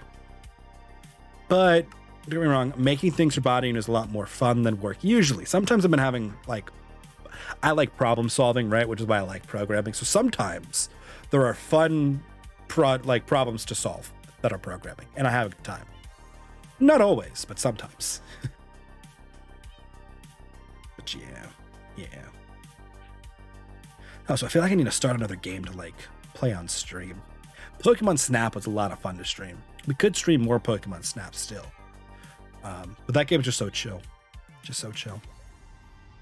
Ugh. But I don't know. Tomorrow we'll do Gundam. That's my plan, to do Gundam stream. But I don't know, mans. I don't know. I need to work on finalizing my dragon plans for D&D. I know what's going on with it, not plot-wise, of course. I got the plot plans down for around it. So I'm just kind of looking. It's fine, you do you. I'm just talking. It's kind of half of what I do at this point. I just talk to myself. Let you guys listen. I appreciate everybody who's lurking. But yeah, no, I'm making my own green dragon because they're not as smart as traditional D&D dragons. They're more like beasts, like intelligent beasts.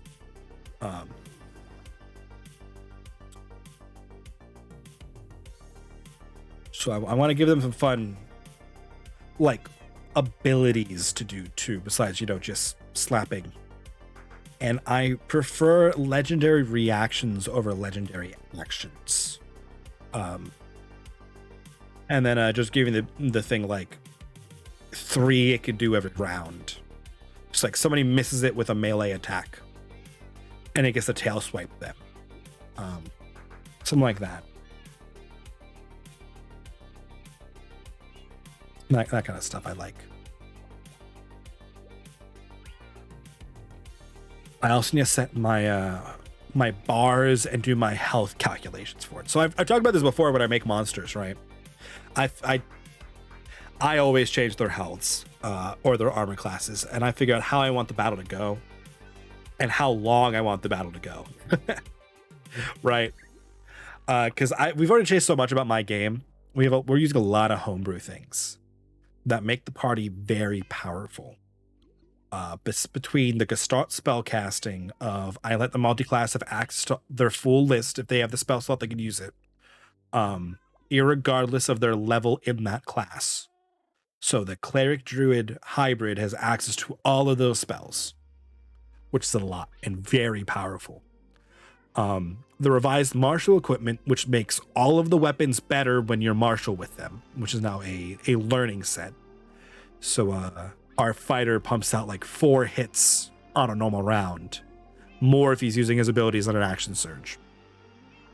The rogue crits for truckloads, and with the hidden blade, max damage crits. And the bard now has 2 flintlock pistols that are or they're technically not pistols. They're what are they called?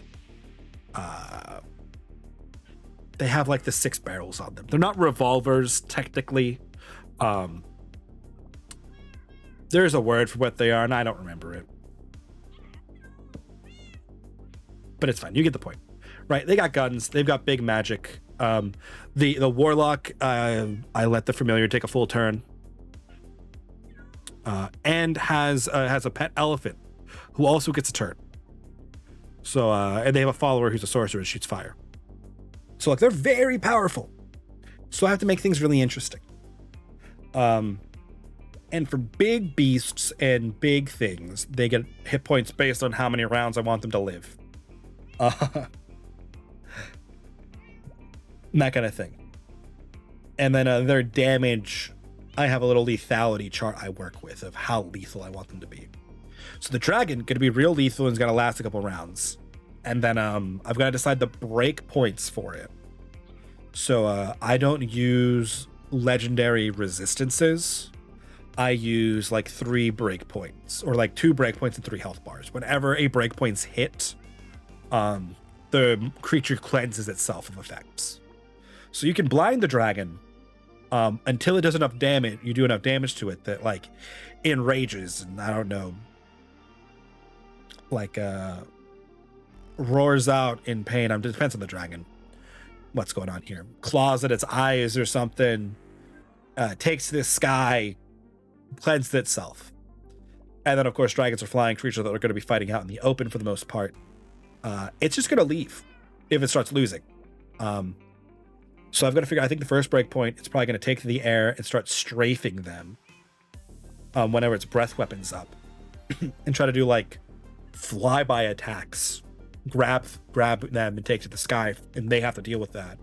And I think when they break that break bar, it's just going to leave. Right? There is no reason this thing would just sit around and let them kill it. And even worse, sit on the ground and let them kill it. Now, if they come up with creative solutions, I should go inside. For that, I am totally down. Totally down. If they have creative solutions for dealing with those flying things. I haven't heard of any yet. But that doesn't mean they don't have them. So we'll see. They might get to the dragon next session. There's a chance. Depends how they handle the other adventurers who are currently in the area. I'm talking too much and not drinking enough.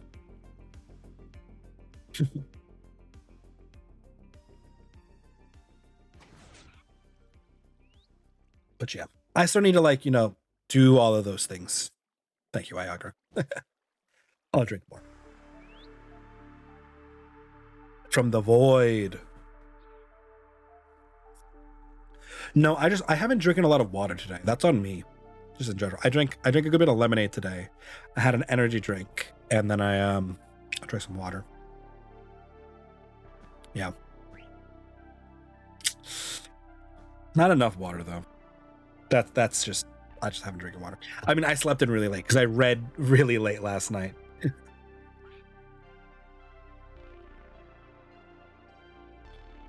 Right. I read Overlord until like 3 a.m. and then caught up to where I was in the anime. Or I should say, I read it until like 2 a.m. and then I watched the last 3 episodes of the anime that I was caught up to. And then I remembered how much I didn't like some of the animation of the mass units in Overlord. It's like the weird 3D animation style, where like the large amounts of like soldiers or goblins or like other things are like awkwardly 3D'd in, like 3D rendered in like weird, like puppeteered, like clanky mass. And then the other characters are like really well crafted. And I'm like, the level of quality difference between these two is staggering and it breaks me every time. But I really like the world and the story. Dragon Quest Adventure of Die was kind of like that. It was weird. Yeah. My 3D rendered animation is my least favorite animation method. Hands down, every time. I don't know the right word for it, but if you watch anime, you know what I'm talking about. Obviously, it was the first DQ anime I'm like aware of, and it's actually a DQ flavored DBZ. I mean, that's kind of just Dragon Quest half the time, isn't it? I didn't watch this too much. I didn't watch that show like extensively. I have a hard time watching like shows based on like video games or other media and stuff. I have a real hard time with it sometimes. But yeah. I don't know.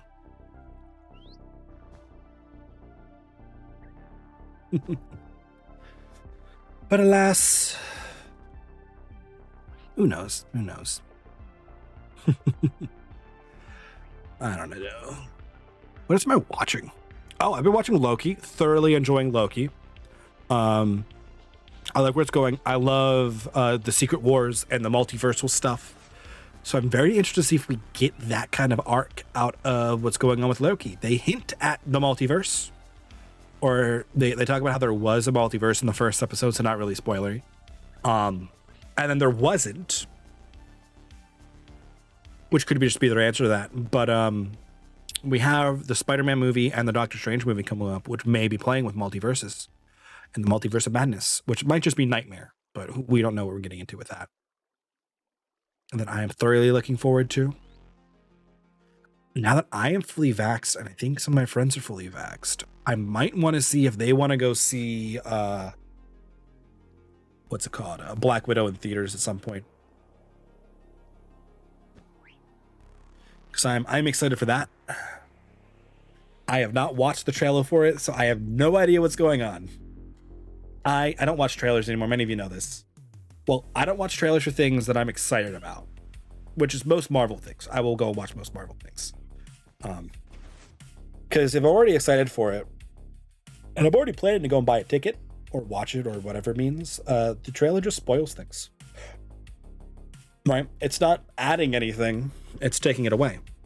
I started doing this after Captain America Civil War, where I was like, if I did not know Spider-Man was in that movie, that moment would have been so much better. Right?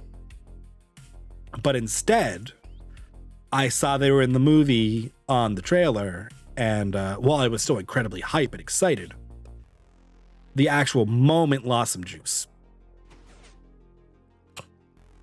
Yep.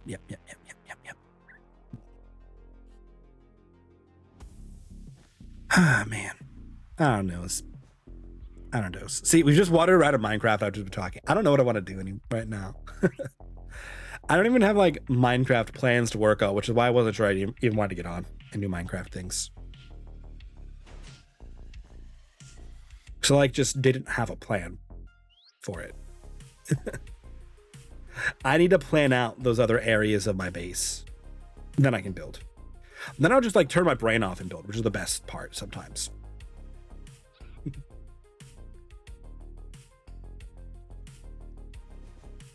But yeah.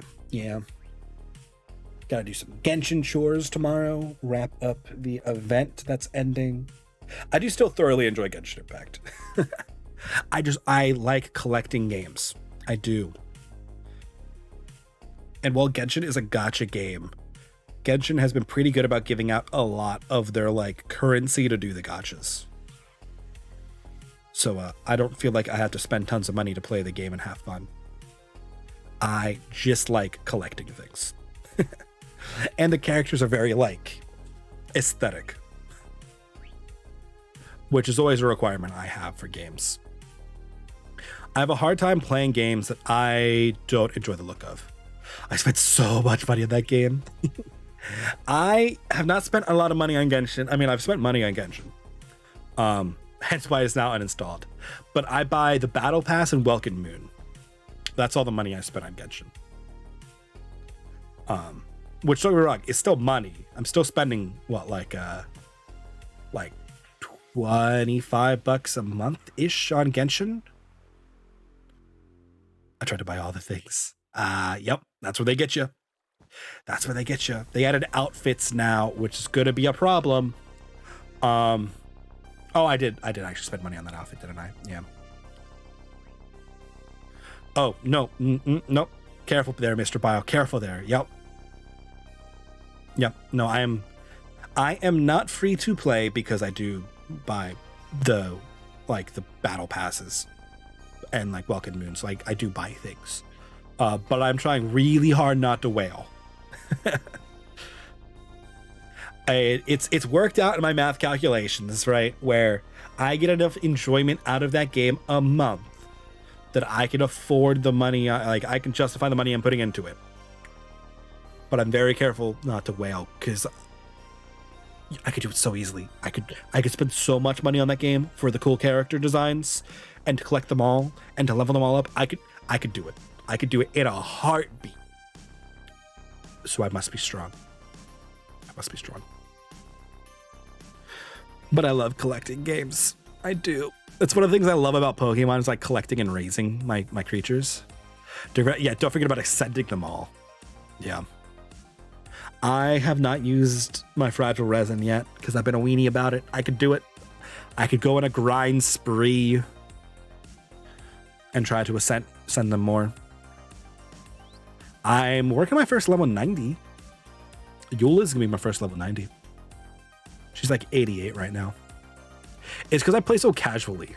That I think is the help. If I played more seriously, I would spend more money.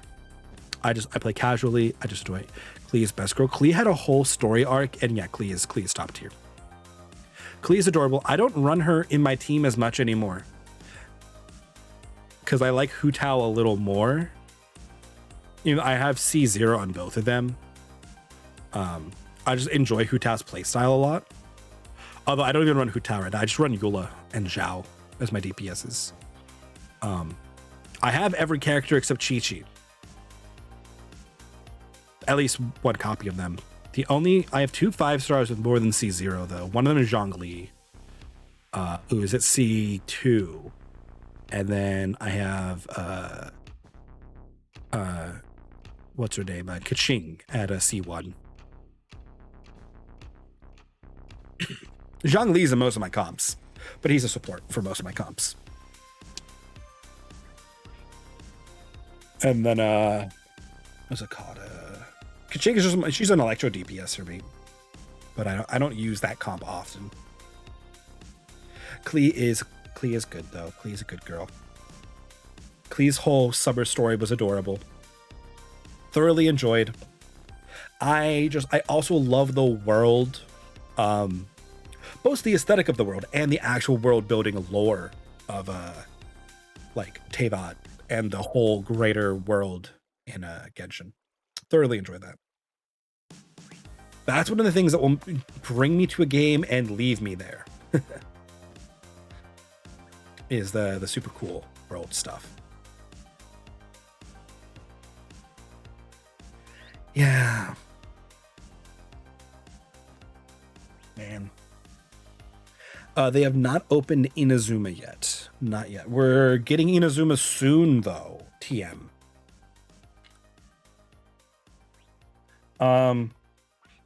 We have islands right now for like another month and a half.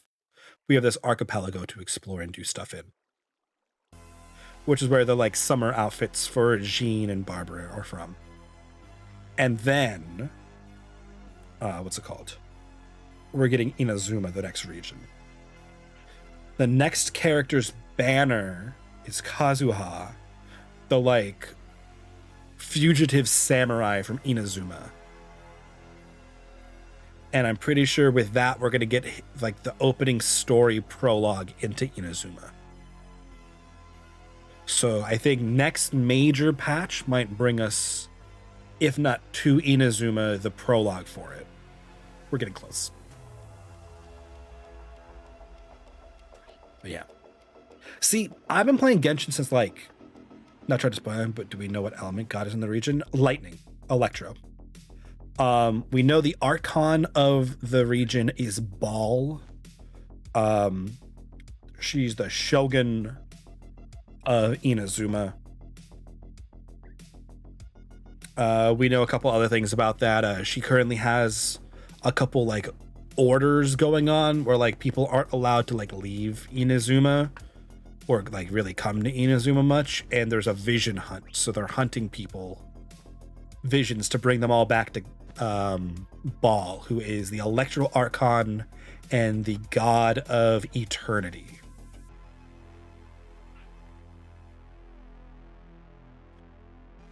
Yep. So they're collecting visions for some reason. Kind of witch hunts. Yeah, that's kind of seems what's going on. They're all the visions the archon like she has given out are being revoked, basically. So from what we've seen of the like leaked, intentionally leaked units like Kazuha, Ball, there's the little ninja girl, there's a firework archer, a pyro archer, so better Amber. Her like assistant. It looks like there's like 2-ish factions going on. All of their leaked. Well, this is the like leaks they have revealed, right? I don't like the leaks that like data miners find, because that stuff is very prone to change. But these are like their teasers of these characters, right? And then the like fugitive Nemo samurai Kazuha, who's our next guy, who's probably a 5-star. Probably 5-star Nemo sword user. That'd be my guess. I don't know his weapon. Right. But it looks like there's 2 factions in Inazuma. There's like the Shogunate's faction that works for Ball, who is doing the witch hunts, and it's like the rogue vision users. So I'm looking forward to the story for Inazuma, and also just exploring a new region, because the world is beautiful, and very fun to explore in that game. So we'll see. It's coming soon. I don't know when, but one day. One day we'll get it. I'll probably stream it when we do, because I'll play it more. Because there'll be like more stuff to like do that I think is more interesting to do with people. Like me grinding bosses isn't particularly interesting to watch, in my opinion. Like I wouldn't watch it. And as you guys know, I don't like streaming things that I personally would not enjoy watching, because meh, I don't think it's fun. Liyue was awesome. Yes. I mean, I like Mondstadt too. I'm a big fan of how they're different. The new housing system's fun. Yes, the lore and the feel of it was almost magical. It was very cool. Yes, very much so. The floating like mountain pieces were awesome. The huge mountains and chasms were super cool. The crystals and the mystical would be a better word. Mystical is probably a better word, yes.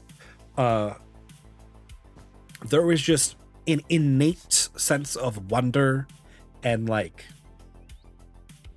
magic in the world of Liyue, right?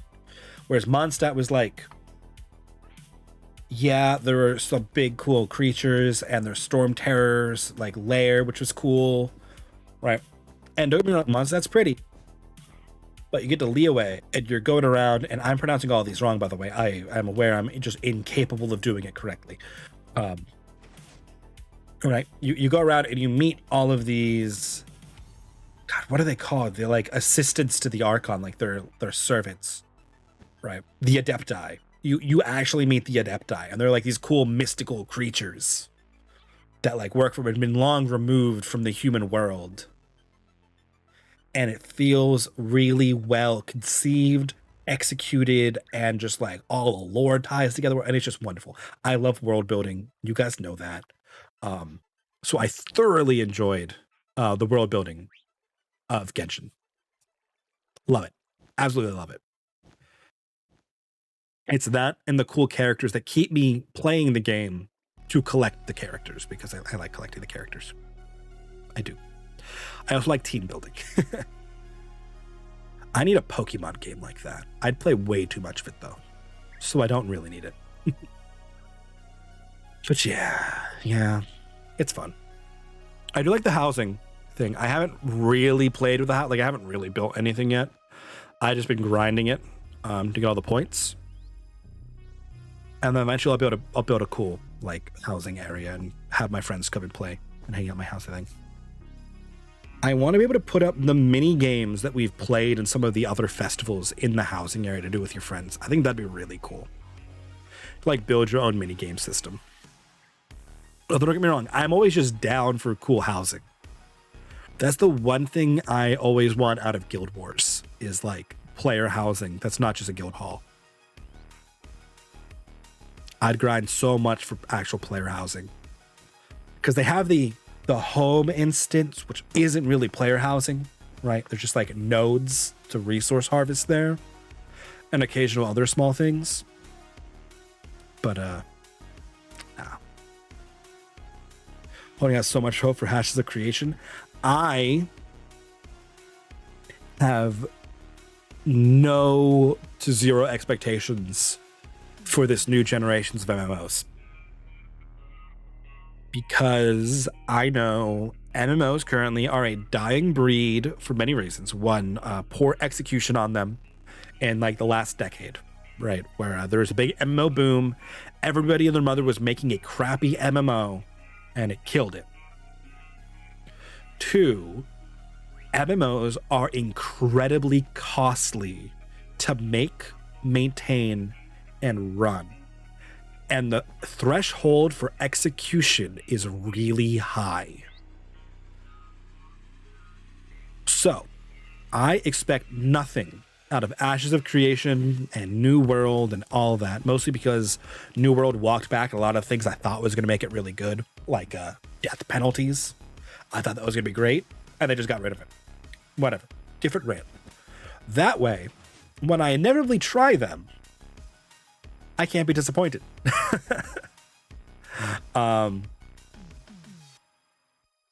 Mortal Online 2. I have not been watching Mortal Online 2. What's about Mortal Online 2? Let me go.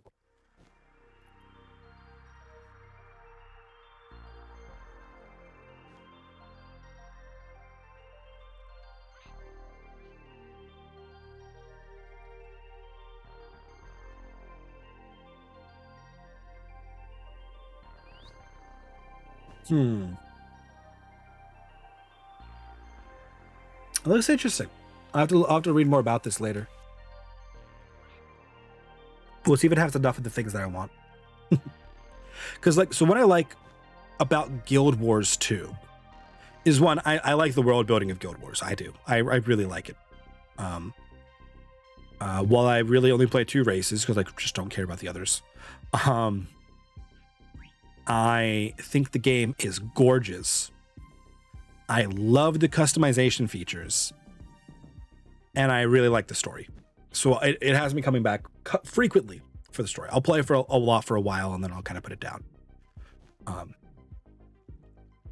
Guild Wars 2 is the standard to which I hold basically all other MMOs when it comes to like character customization, because the dye system in Guild Wars 2 is so nice. Like, you can dye individual pieces of your armor different colors and materials, and then you can like reskin pieces of your armor so it can look really cool. Don't get me wrong, you can't be an orc. You could get close. You could be a really big, beefy, green plant guy, but it's not an orc. And I know that is your standard diagram.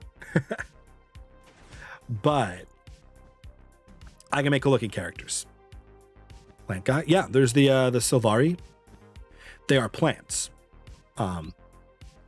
Which would let you get the color of green you want. One of orcs and main green and many orcs. Yeah, well, you can't get tusks.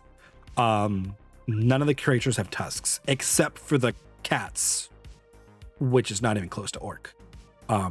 You have the Nords, which are big dudes, and girls, big dudes and dudettes. They're towering and tall. They're like Norse styled, and they have cool tat options. Again, no tusks, and also no green skin. More to an orc than being green, and many orcs are. I know, I do. I'm aware that many orcs aren't green, and there's more to orcs than being green. But when you can't have tusks, that's what I fall back to.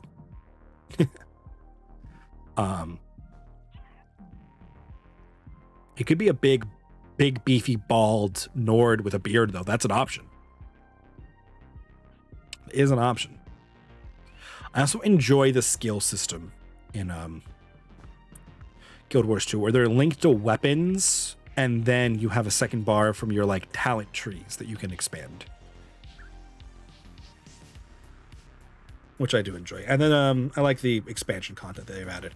The expansion content in Guild Wars 2 is some of the best expansion content I've seen that I personally played. I haven't played a lot of WoW. I played some WoW.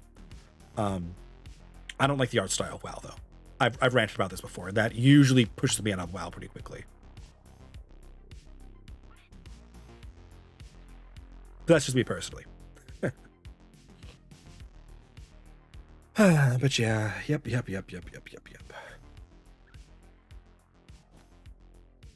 Man, now I can replace it with Guild Wars. I have to make sure Guild Wars is patched. There should be plenty of story and new regions to explore for me to go and do in Guild Wars. I can add that to my list of things to do. Resume my login chores. I know my brother is playing it more again. I don't know if they announced when the next what's it called? Expansion is. Tall, beefy is Nord. Has tusks is really nobody. I mean, the Nord have the body proportions you're looking for. They do not have pointed ears. Their skin color options are limited. Mostly human tones. They're like Nordic though, they're like North. Yeah, they're pretty big here. The Norns, let me put them up.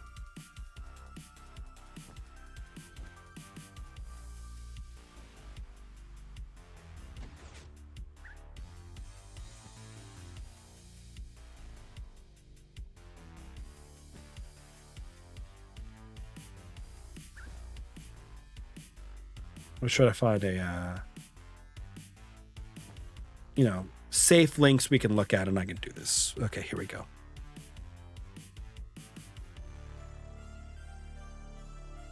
Let me.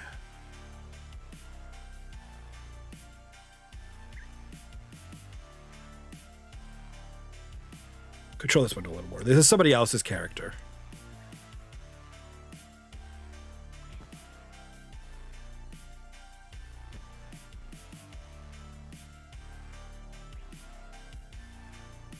Right. That's a Norn.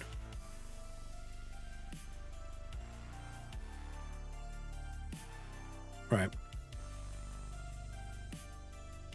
They're this looks like a Norn warrior. There is no racial limits on your classes. Let me see if I can find another example.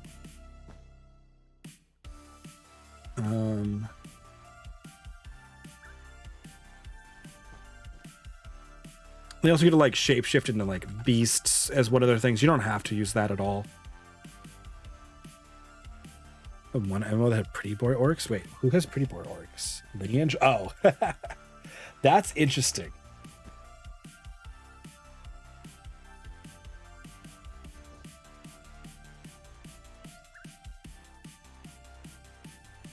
But yeah, no, it's always interesting to see like the tallest Norn versus like the smallest humans. The size difference is hilarious.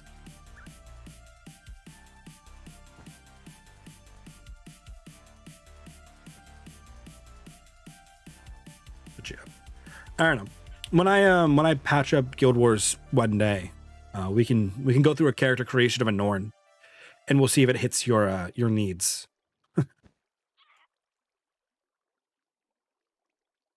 He's not bad. He's got interesting facial hair.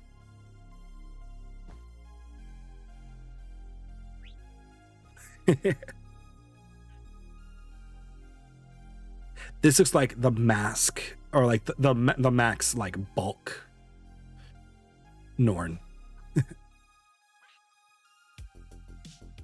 But yeah, you can get pretty beefy with them, and they are really tall.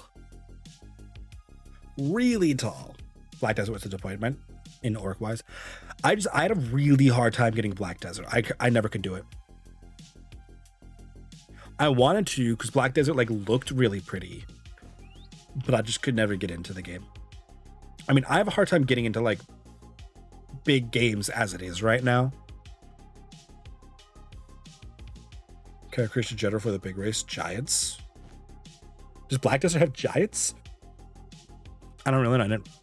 I only played a couple sword classes in Black Desert, and one of them was like fixed to be like girl. So of course I have to make like hot, elegant girl, because all my characters have to be like elegant. Oh, half giant. I can see that being a thing. I mean, D&D has a half giant. That's a Goliath. Yeah, I think generalized classes are stupid. I know that is a Korean Chinese trope for like games. I just know that's a thing. I don't have a problem playing a female character. I just would have rather made a male character. Like, I have a couple female characters in Guild Wars. I will only play female characters, all named Mr. Bio most of the time. Kappa, nice. All my characters like have to be hot. That's just like my role. They've all got to look good. I have aesthetic things I have to hit with my characters.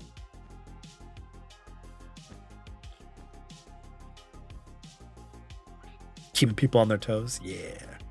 The state age John locks in general is stupid, but it's going to take forever for everyone to hop on the non-binary boat. I mean, yes, yeah. I mean, I would say I don't think I have any characters who would like really be non-binary or like androgynous. I don't know. I want Sylvari probably could, because he's just like a plant elf. But yeah, yep. Nah, all my characters have to be elegant. That's just my thing. Yep. I have one D&D character's number. I've thought about that before. I haven't yet. Well, I mean, I've played female D&D characters before. I just don't anymore. I just don't enjoy it. Oh yes, you have talked about your non-gender ASMR before. I just don't feel like I can voice a female character for extended periods of time. And then I feel like I'm not actually playing a female character. I'm just playing a male character who looks like a female. And there's nothing wrong with that. It's just not what I wanted to do, and therefore was disappointed in that character outcome. Because I don't feel like I personally need to do that. Again, you do you. No judgment there. It's just I'm boring cis het, so I'm really just play male characters. I don't even worry about attraction because I never care about that in D&D. So like who my character is attracted to has never come up and will never be a thing I particularly care about in anything I could see in the future. I can't really say never, because maybe there will be a day where that will matter. But most of my gods, angels, demons are normally genderless. Yeah, my gods, angels, and demons are all technically genderless. Yeah, that is how I do it as well. D&D is the only place I've ranged outside my usual persona set. I go to town. I mean, I've played characters that are very different than me, like personality-wise, but it's usually personality-wise, or like history-wise. Again, I mean, I could do a non-binary character. That would be fine. I just haven't had a reason to make a non-binary character. If I played like a changeling, maybe I'd do it. I mean, changeling, I think, are technically all female, right? But I feel like that could be an interesting character. Most games want to be a big beefy orc.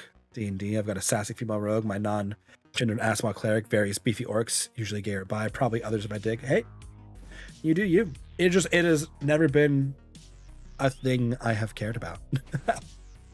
like for my characters, I do not like romancing other NPCs or players at my table personally.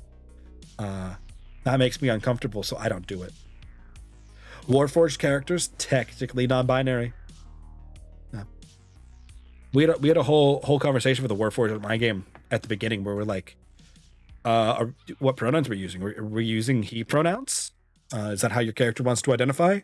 Because you're male and that makes it easier on all of us. And that's what we settled on, is that Epsilon is a he, even though Epsilon technically isn't a he. But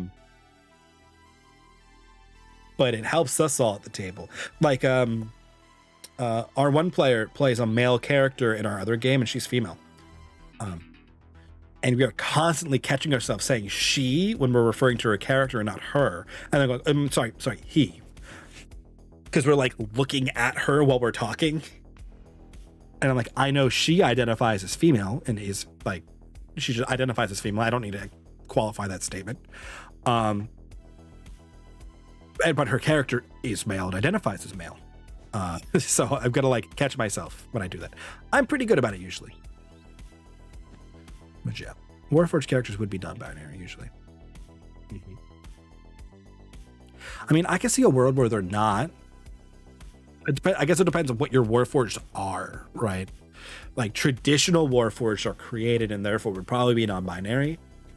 But if your Warforged were more like extreme versions of like Ganassi and like we're like living rock or like treants or something, I could see them having a gender.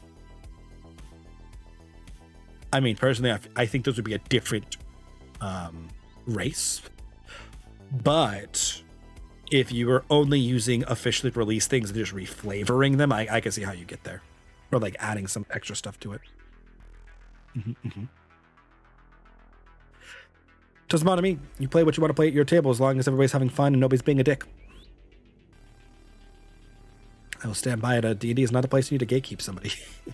In my world, Warforged wouldn't even put the effort into human emotions, let alone thinking about that itself in that way. Yeah, I mean, that's perfectly fair. In my world, there is a set of Warforged who would not think that way. Warforged is a broad category in my world. The Warforged the player is playing is a more like noble kind of Warforged. They're made as guardians. They don't think that way. They don't really have that kind of emotion. They barely have emotion. They have like directive. The Warforged created by the dwarves are a little more like sentient, or I should say independent, self-driven, right?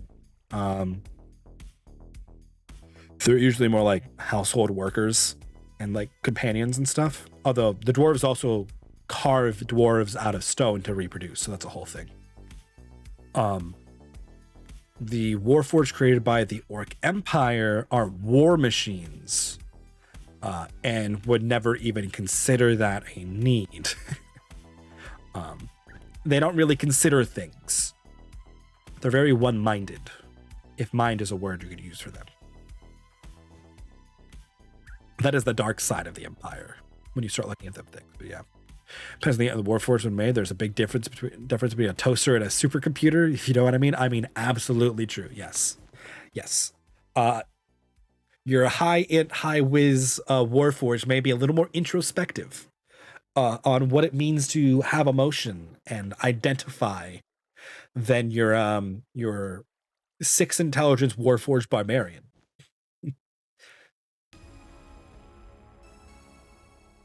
Who rages and steam comes out of his ears. Like, or I should say like vent ports, because he probably doesn't even have ears. But hey, you again, do whatever you want in your guys' worlds. Always about fun, cool world building stuff, which I need to do a little more world building. I've been known to play a few toasters in my day. There is nothing wrong with playing a dumb character. I find it easier to play a hyper dumb character than a hyper intelligent character, but I find both of those to be particularly difficult.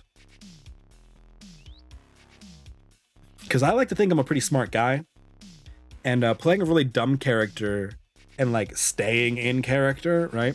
I find myself wanting to interject more. And like not make dramatically awful decisions. I was playing more so, wow, he just really doesn't know any better, huh? I mean, that's fair. That's fair. I have to find that could be a low wisdom character. Although that could also just be like a naive or a lack of common sense kind of character as well. Both of which I struggle with. Mostly because as a player, like a longtime player, I know a lot more than my characters ever do about the world. And I'm able to judge things as a player much more quickly than they would. And then I have to make them intentionally make like what I know is the wrong decision, right? Like fighting trolls for the first time if your character's never seen a troll. I, as a player, have seen plenty of trolls. I know fire and acid. And if you don't, you're never going to finish that battle with the troll. Right? My character might not know that. And there are, as I have ranted about before, there are healthy and unhealthy levels of metagaming. Oh no! The McDonald's ad hits you. Yeah, I'm sorry. It's because I don't run ads on my stream normally myself that pre-roll ads forever exist. I hate pre-roll ads. I hate pre-roll ads so much. There are many times I open a stream, get slapped with a pre-roll ad, and went, not worth it. And like, leave it in the back room when I go do something else. I'll usually hunker through if I have something to do. But here, 1 second.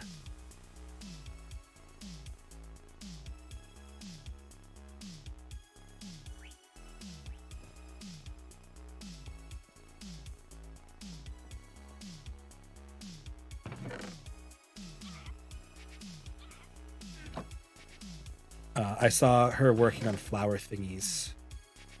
So let me go. I'm gonna go demo some flower bushes.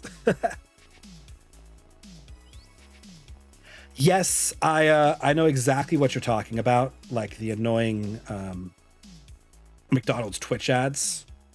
One second, I saw actual actual Minecraft things. So we're gonna do this while we chat. Right.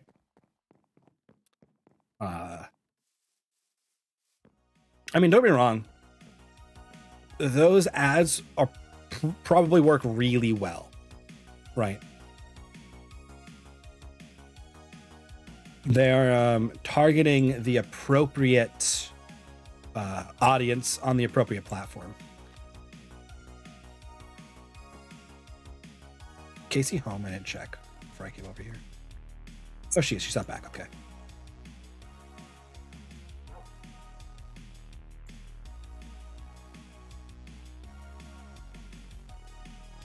She wouldn't be actually in mine. Oh, she's up there. I see her. I'll go up to her top floor. I haven't actually been in her house in a very long time. Sorry, I got slightly derailed.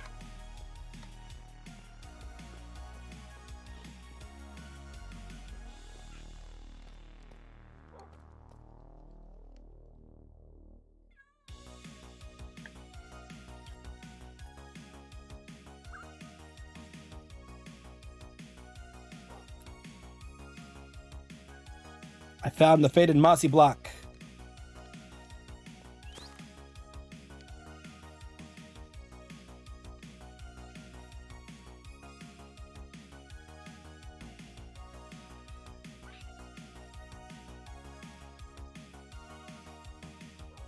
You can also make these into full trees.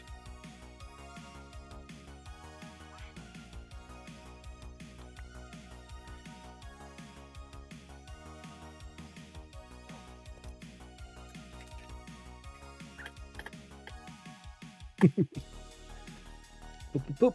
Third voice chat.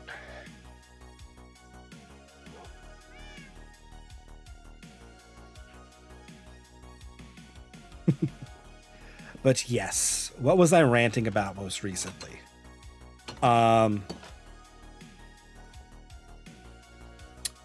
Words. I was ranting about words. I stopped what we were talking. Oh, we're talking about intelligence and wisdom and stuff. Yeah, I find I, as a player, want to make better decisions than my low wisdom or low intelligence players would do, right? Or my low characters would do. And I find that I often struggle with that.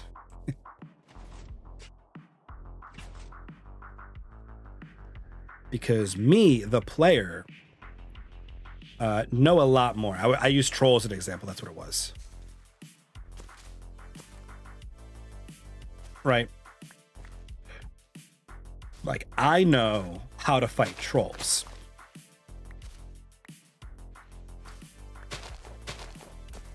My character might not know how to fight trolls.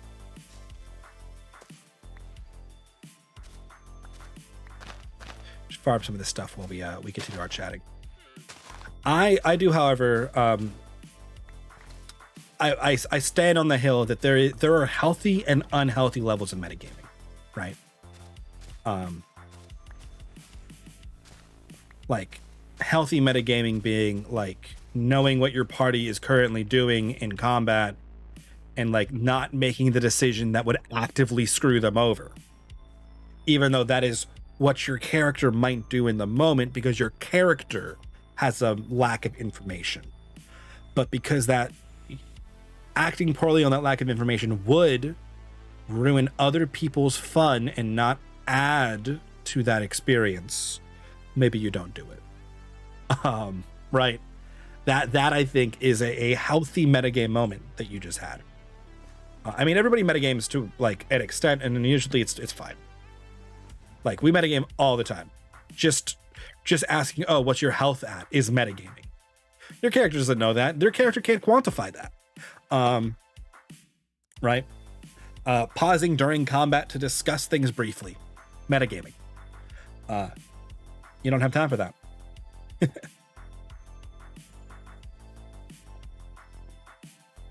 But you did anyway. And you know what?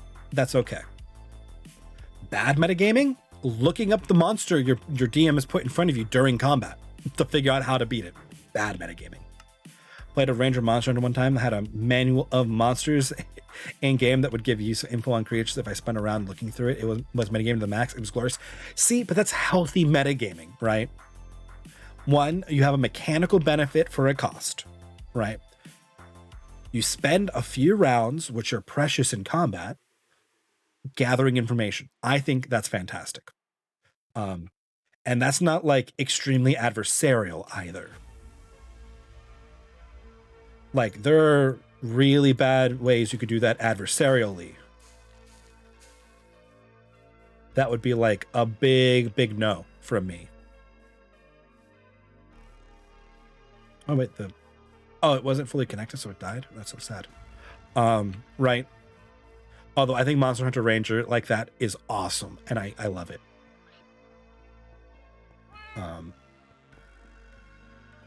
But yeah, I think anytime you start to get particularly adversarial in D&D, even if it's like, if it's against other players, if it's against the DM, if it's the DM against the players, right? I think there are problems. You need to step back, and I think if metagaming fixes that, I think that's the correct solution, right? It was cool and helped me as I was coming off a DM forever spell and really couldn't keep numbers and such out of my. Yep, I feel that. I feel that very much so. I have so much knowledge in my noggin. Now, don't get me wrong. I thoroughly enjoy making the wrong decision as my character because I don't know the solution, like fighting trolls, right? A troll stole my character's food. My character loves his food. And my character was pissed. My character didn't really know how to deal with trolls particularly well. So I did my best once I was told how to use fire. Didn't prep for it. People forget that when you play D&D, you're all just players. The difference is one of the players is a universe instead of an orc. Yep. it is very important to recognize also that the DM is a player. That is a problem I often see, is both the DM or the players, right, treat the DM or the players as your opponents and not fellow players. When the DM is also playing a game, they're just running it with you. Oftentimes for you. Now, if I also stand by, if the DM's fun is killing or like torturing the players to an unhealthy extent in an attempt to be better than them, I think that's unhealthy on a different level. Right? As a DM, it's not me versus them. I want my players to succeed, but I want to challenge my players, is usually my stance. I want them to win. I don't want them to win for free. I've looked at the player before after a Snide comment, like, who do you think gave you the Vorpal sword, Dave? I didn't hear you complain then. Yeah, exactly. Now, we like to joke about that all the time. Like, there's a point in one of our games, our player Alex, who plays in my D&D game on stream, he's DMing for us, and we make the jokes that he's a different person when he DMs. He's DM Alex, so we can curse out DM Alex for his mean rolls towards us. It's not Alex's fault that DM Alex doesn't roll lower than a 19 when he's attacking us.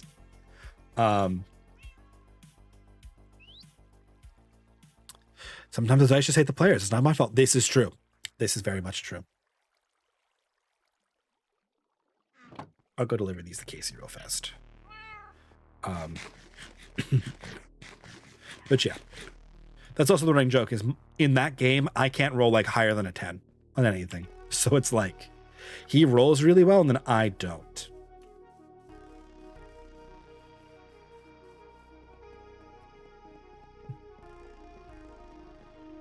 It's all fun and games until we TPK. Then we make new characters. We have more fun and games.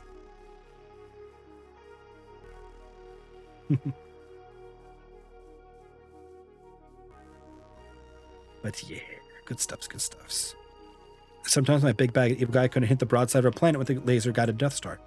Yep, that also sometimes happens.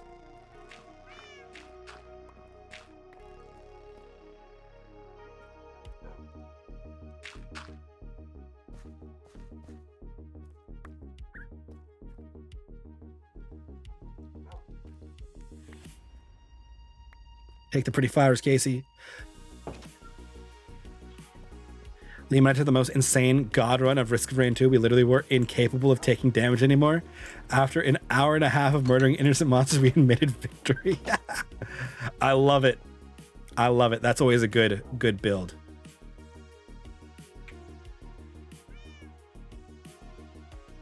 One second. Let me explain how this works.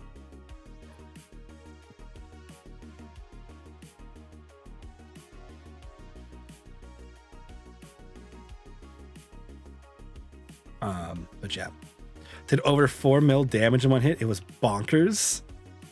Nice. Risk of Rain 2 is fun. I think it's one of the better co-op roguelikes.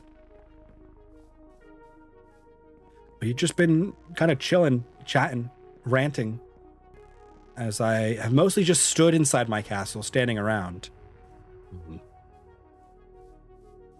Which really needs to be finished, but I'll have to come up with a plan to finish it at some point.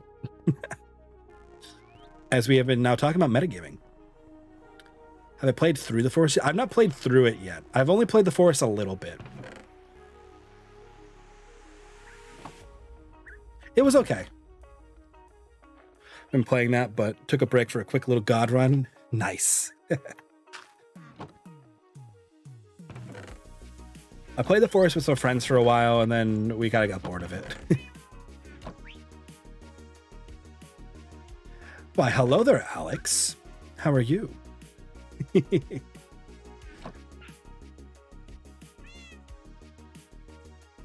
I see you.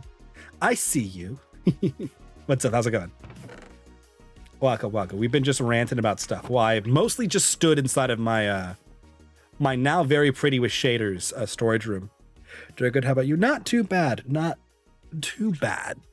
Ugh. I've just been chilling and ranting. The forest story is interesting. It is. I haven't played too much of it though. But yeah. I need to finish planning my castle so I can, you know, actually finish my castle. It's getting there. It's getting there. One more character now has 50 alchemy skill. Nice. Nice. I need to make more alchemy things for Epsilon as well in D&D. I need to make him more potions and stuff to make. I think that's been a really fun mechanic so far and very useful. Although they didn't totally fall for my my plant puzzle trap. They also didn't totally succeed on the puzzle, but it's fine. They don't have to know that.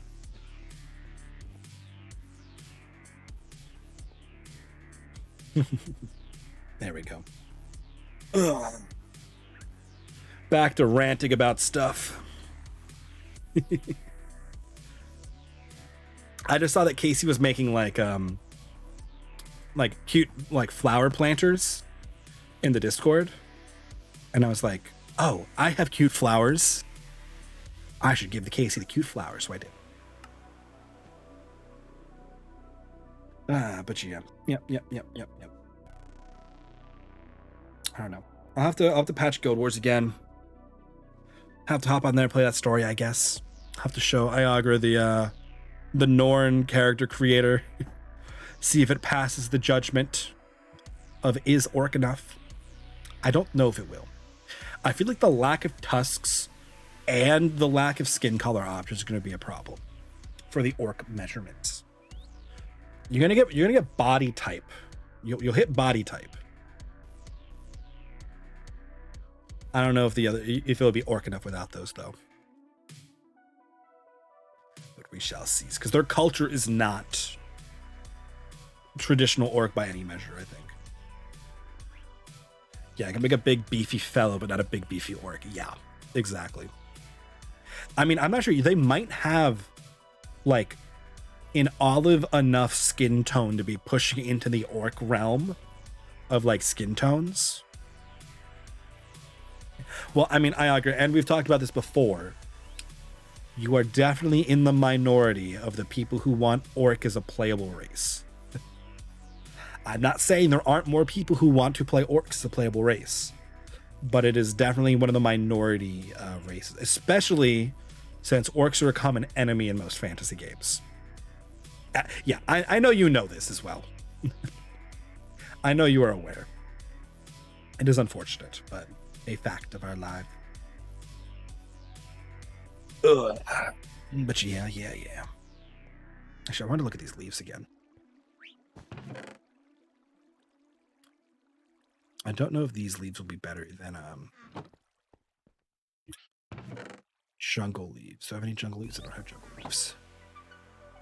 For like a palm tree or something.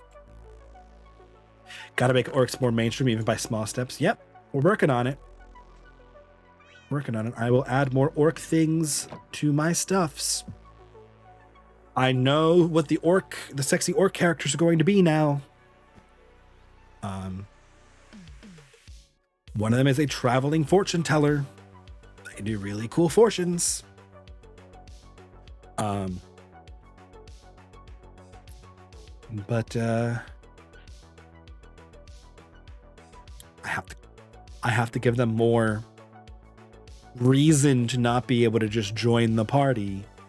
When the party meets cool, sexy orcs who tell fortunes and give buffs and go, why don't you join us? And I go, no thanks. And they go, why? And I go, because. Yeah. It'll be fun.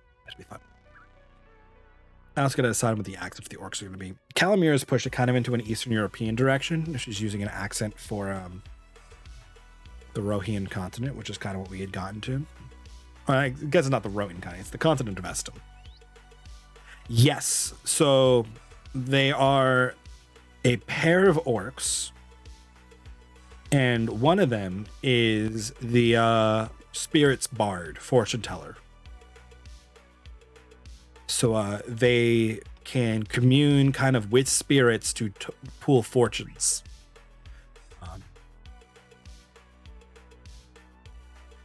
Then it's easy. I do not see myself in the same path as you, or about 2 ships passing that. I mean, that's probably what I'm going to do, but I want to make sure I have other reasons backed up because, you know, they like to identify things. Also, I want them to be able to be recurring, right? I want them to be able to pop up in the future in like random locations. Maybe I'll just come up with some like really like vague, mystical, esoteric like statement like that, like we don't walk the same paths no matter how many times we may intertwine, like something like that, you know. And you know, drop the bombshell later that it's like the god of orcs or something like that. It's not. I have no plans for that right now. I have no reason why the god of orcs would be a fortune teller on the non-orc territory. All right, I have to go get some sleep. The seas aren't going to pirate themselves tomorrow. Catch you on a later date. Catch you later, Mr. Bile. Have a good sleeps. Have good pirating as well. Maybe a tapestry thing. The Weave of Fate has us crossing only briefly here. I mean, yeah, something like that. I'll just have to word it out, and then I want these 2 orcs, right?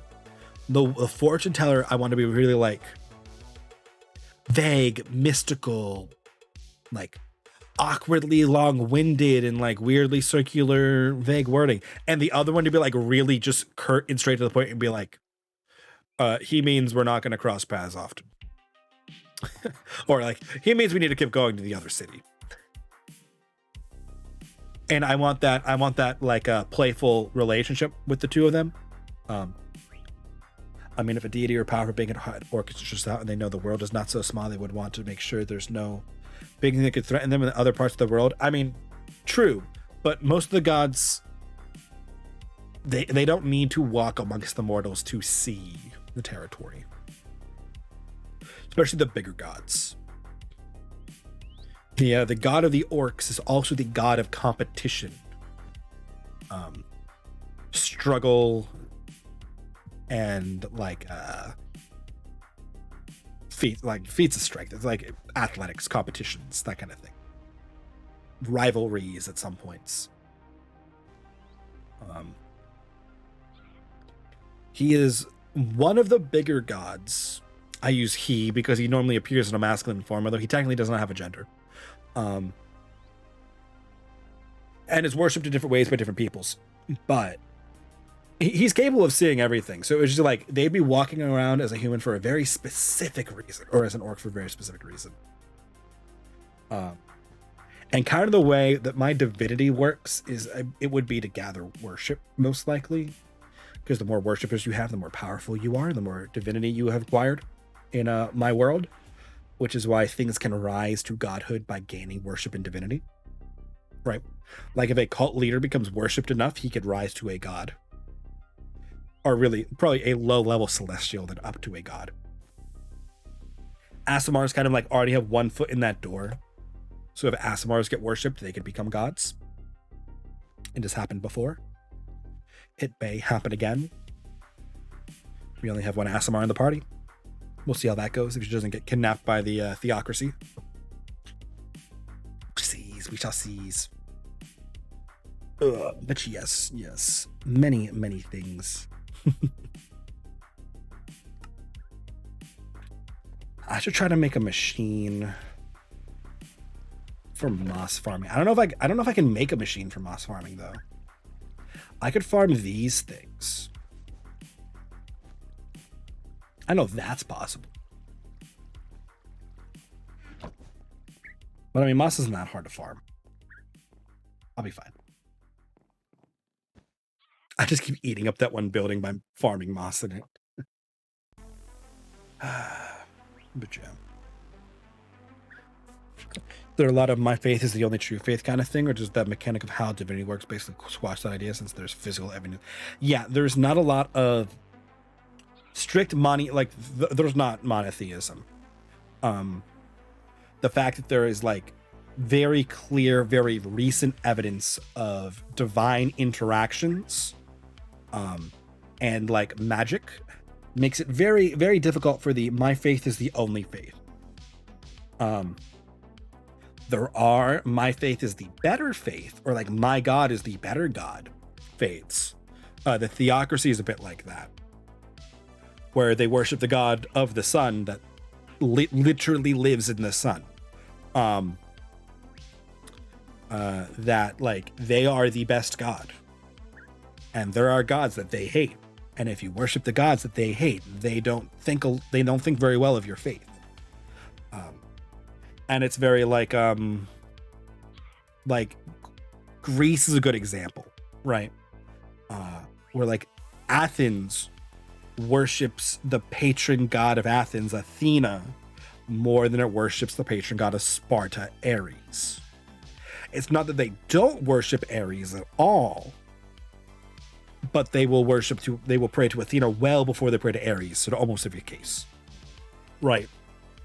So basically they're serial commercials, some better toys in the boxes. I mean, sure, yeah. But others just help you poop. Yes. There's a god of pencils, right? God of pencils, probably not as clearly worshipped as the god of navigation and the unknown, or the god of winter, or the god of water, right? Much bigger domains. Yeah. But yes, yeah, there are very small gods, and then there are really big gods. And the small gods usually work under some of the big gods, which is where you get the constellation structures. And those gods could change. Mm-hmm. There's the whole pencils are important, which is why there's a god. Mm-hmm. I just wouldn't say that the god of pencils would be able to stand up to the god of fire. She'll roast him. Especially not in worship, which is kind of like the measure of strength. Although the OG gods don't need worship as much as some of the younger, newer gods. There's a couple other things going on there. But yes. Yep. Divinity is a whole special wonky thing that I can't reveal too much about yet, because it is an interesting plot point. Maybe the god of pencils needs to expand their portfolio into writing instruments, calligraphy, maybe even art. Yes. Well, I don't have this plotted out specifically because I have not plotted out the god of pencils exact pathing, because I don't think it's going to be important. That is a good example of probably one of the conflicts the god of pencils is in, is most likely trying to gain more divinity to rival the god of scribing, most likely. Like the god of the written word. No, it wouldn't be the written word. They're a big boy. The god of scribing, most likely. Or this god of calligraphy and art. Art's also a pretty big one, so they'd have to work their way up. Right. When two gods, similar domains, start to reach the same level of divinity, one of them kind of swallows up the other's domain, and becomes the god of that thing over the other. That is kind of the background for Calamira's patron in our game. Her patron is a mid to low level celestial trying to be the god of the domain of like self-expression and like freedom of self. There are other beings vying for that like specific domain under the yoke of the spring goddess and the god of freedom. One of them's the devil, who wants to take it in a very different direction. So like they're vying for who can get enough divinity to reach that level of godhood to claim that domain for themselves. And once they do, they have to defend it by maintaining their worship. So like, if you have more worship points than I do, you can take my domain if we're close enough in relation. But it also depends on what your like other big godly backers are, because if I have bigger godly backers than you do, and they don't just throw me out and pick you up, you might have a hard time taking that and holding on to it. There's a whole politics structure amongst the gods. It's important and drives some of their decisions. And they have to like expend their divine power to do things, which is why they don't interact physically on the material plane often, because that consumes, a lot of power to do. And if they did that, they would be vulnerable to some of the other gods who are vying for their domains. So like when Kalon expends his divinity to do something for Kalamira, he is putting himself in a vulnerable state in his race to like get more divinity and to claim his domain. But he also realized he got to spend divinity to make divinity. I feel a little like these are companies that are merging with other companies to take technology so they need and splitting off to be independent into specialist companies. It's kind of what's happening in my workplace. I mean, kind of. You could equate them in that way. That certainly happens a little bit. If all of those companies were also publicly traded, I guess that would be pretty accurate, since the gods' personalities and domains also warp by who's worshiping and how. So like gods that are violent are violent because their worshippers believe they are violent. And so they are like self-fulfilling or self-actualizing in that way.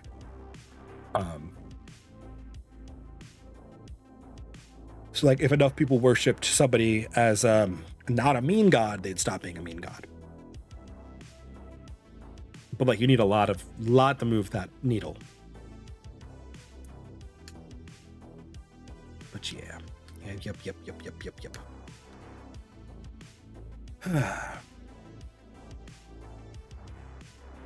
Man, I've been rambling for a while. It's almost 11:30.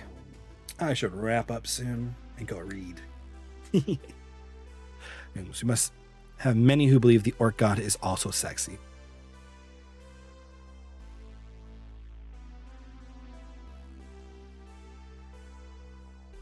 So that's Morris is the orcs worship in a different fashion, but the human worship him as Morris, the god of competition.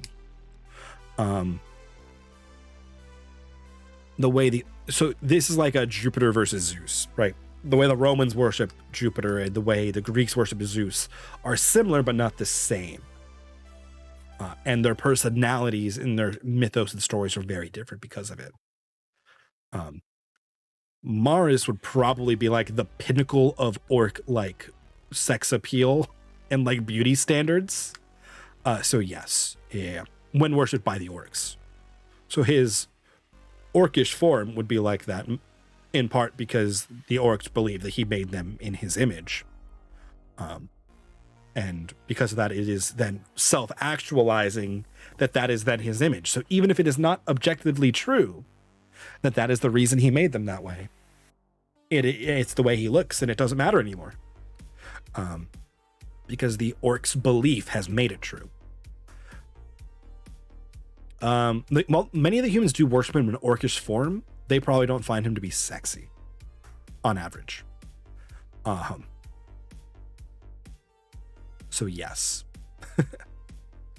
Although beauty competitions fall under his domain, so although the goddess of beauty is an individual entity, the idea of beauty and the idea of like competitive beauty are different.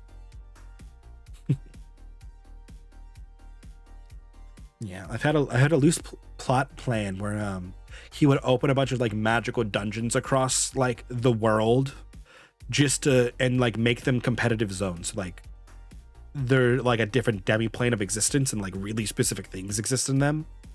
And there's like challenges that he wants the mortals to complete for him and the other gods' amusement. I was like, that could be a really fun way to just like drop cool over the top dungeons that have no other explanation as to Why is there an Arctic dungeon in the middle of this area that is full of all these dangerous monsters? Why has nobody dealt with this into the world?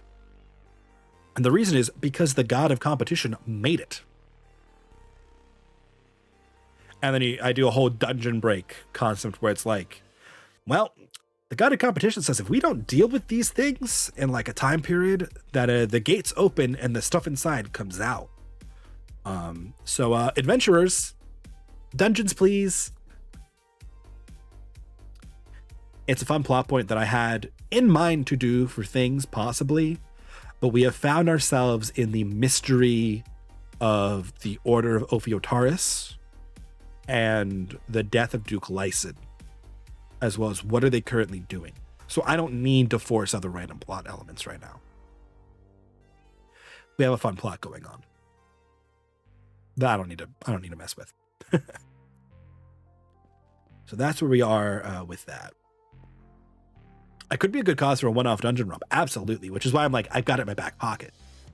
I also like that just for future world design, because then I can have like a coherent world, right? That's interesting, but still have like random dungeons I don't need to have explanations for, right? Like, why is there this dungeon full of undead and a lich that has not been a problem anywhere else and that nobody is dealing with? I don't have an answer. And if you haven't noticed, this party will ask those questions.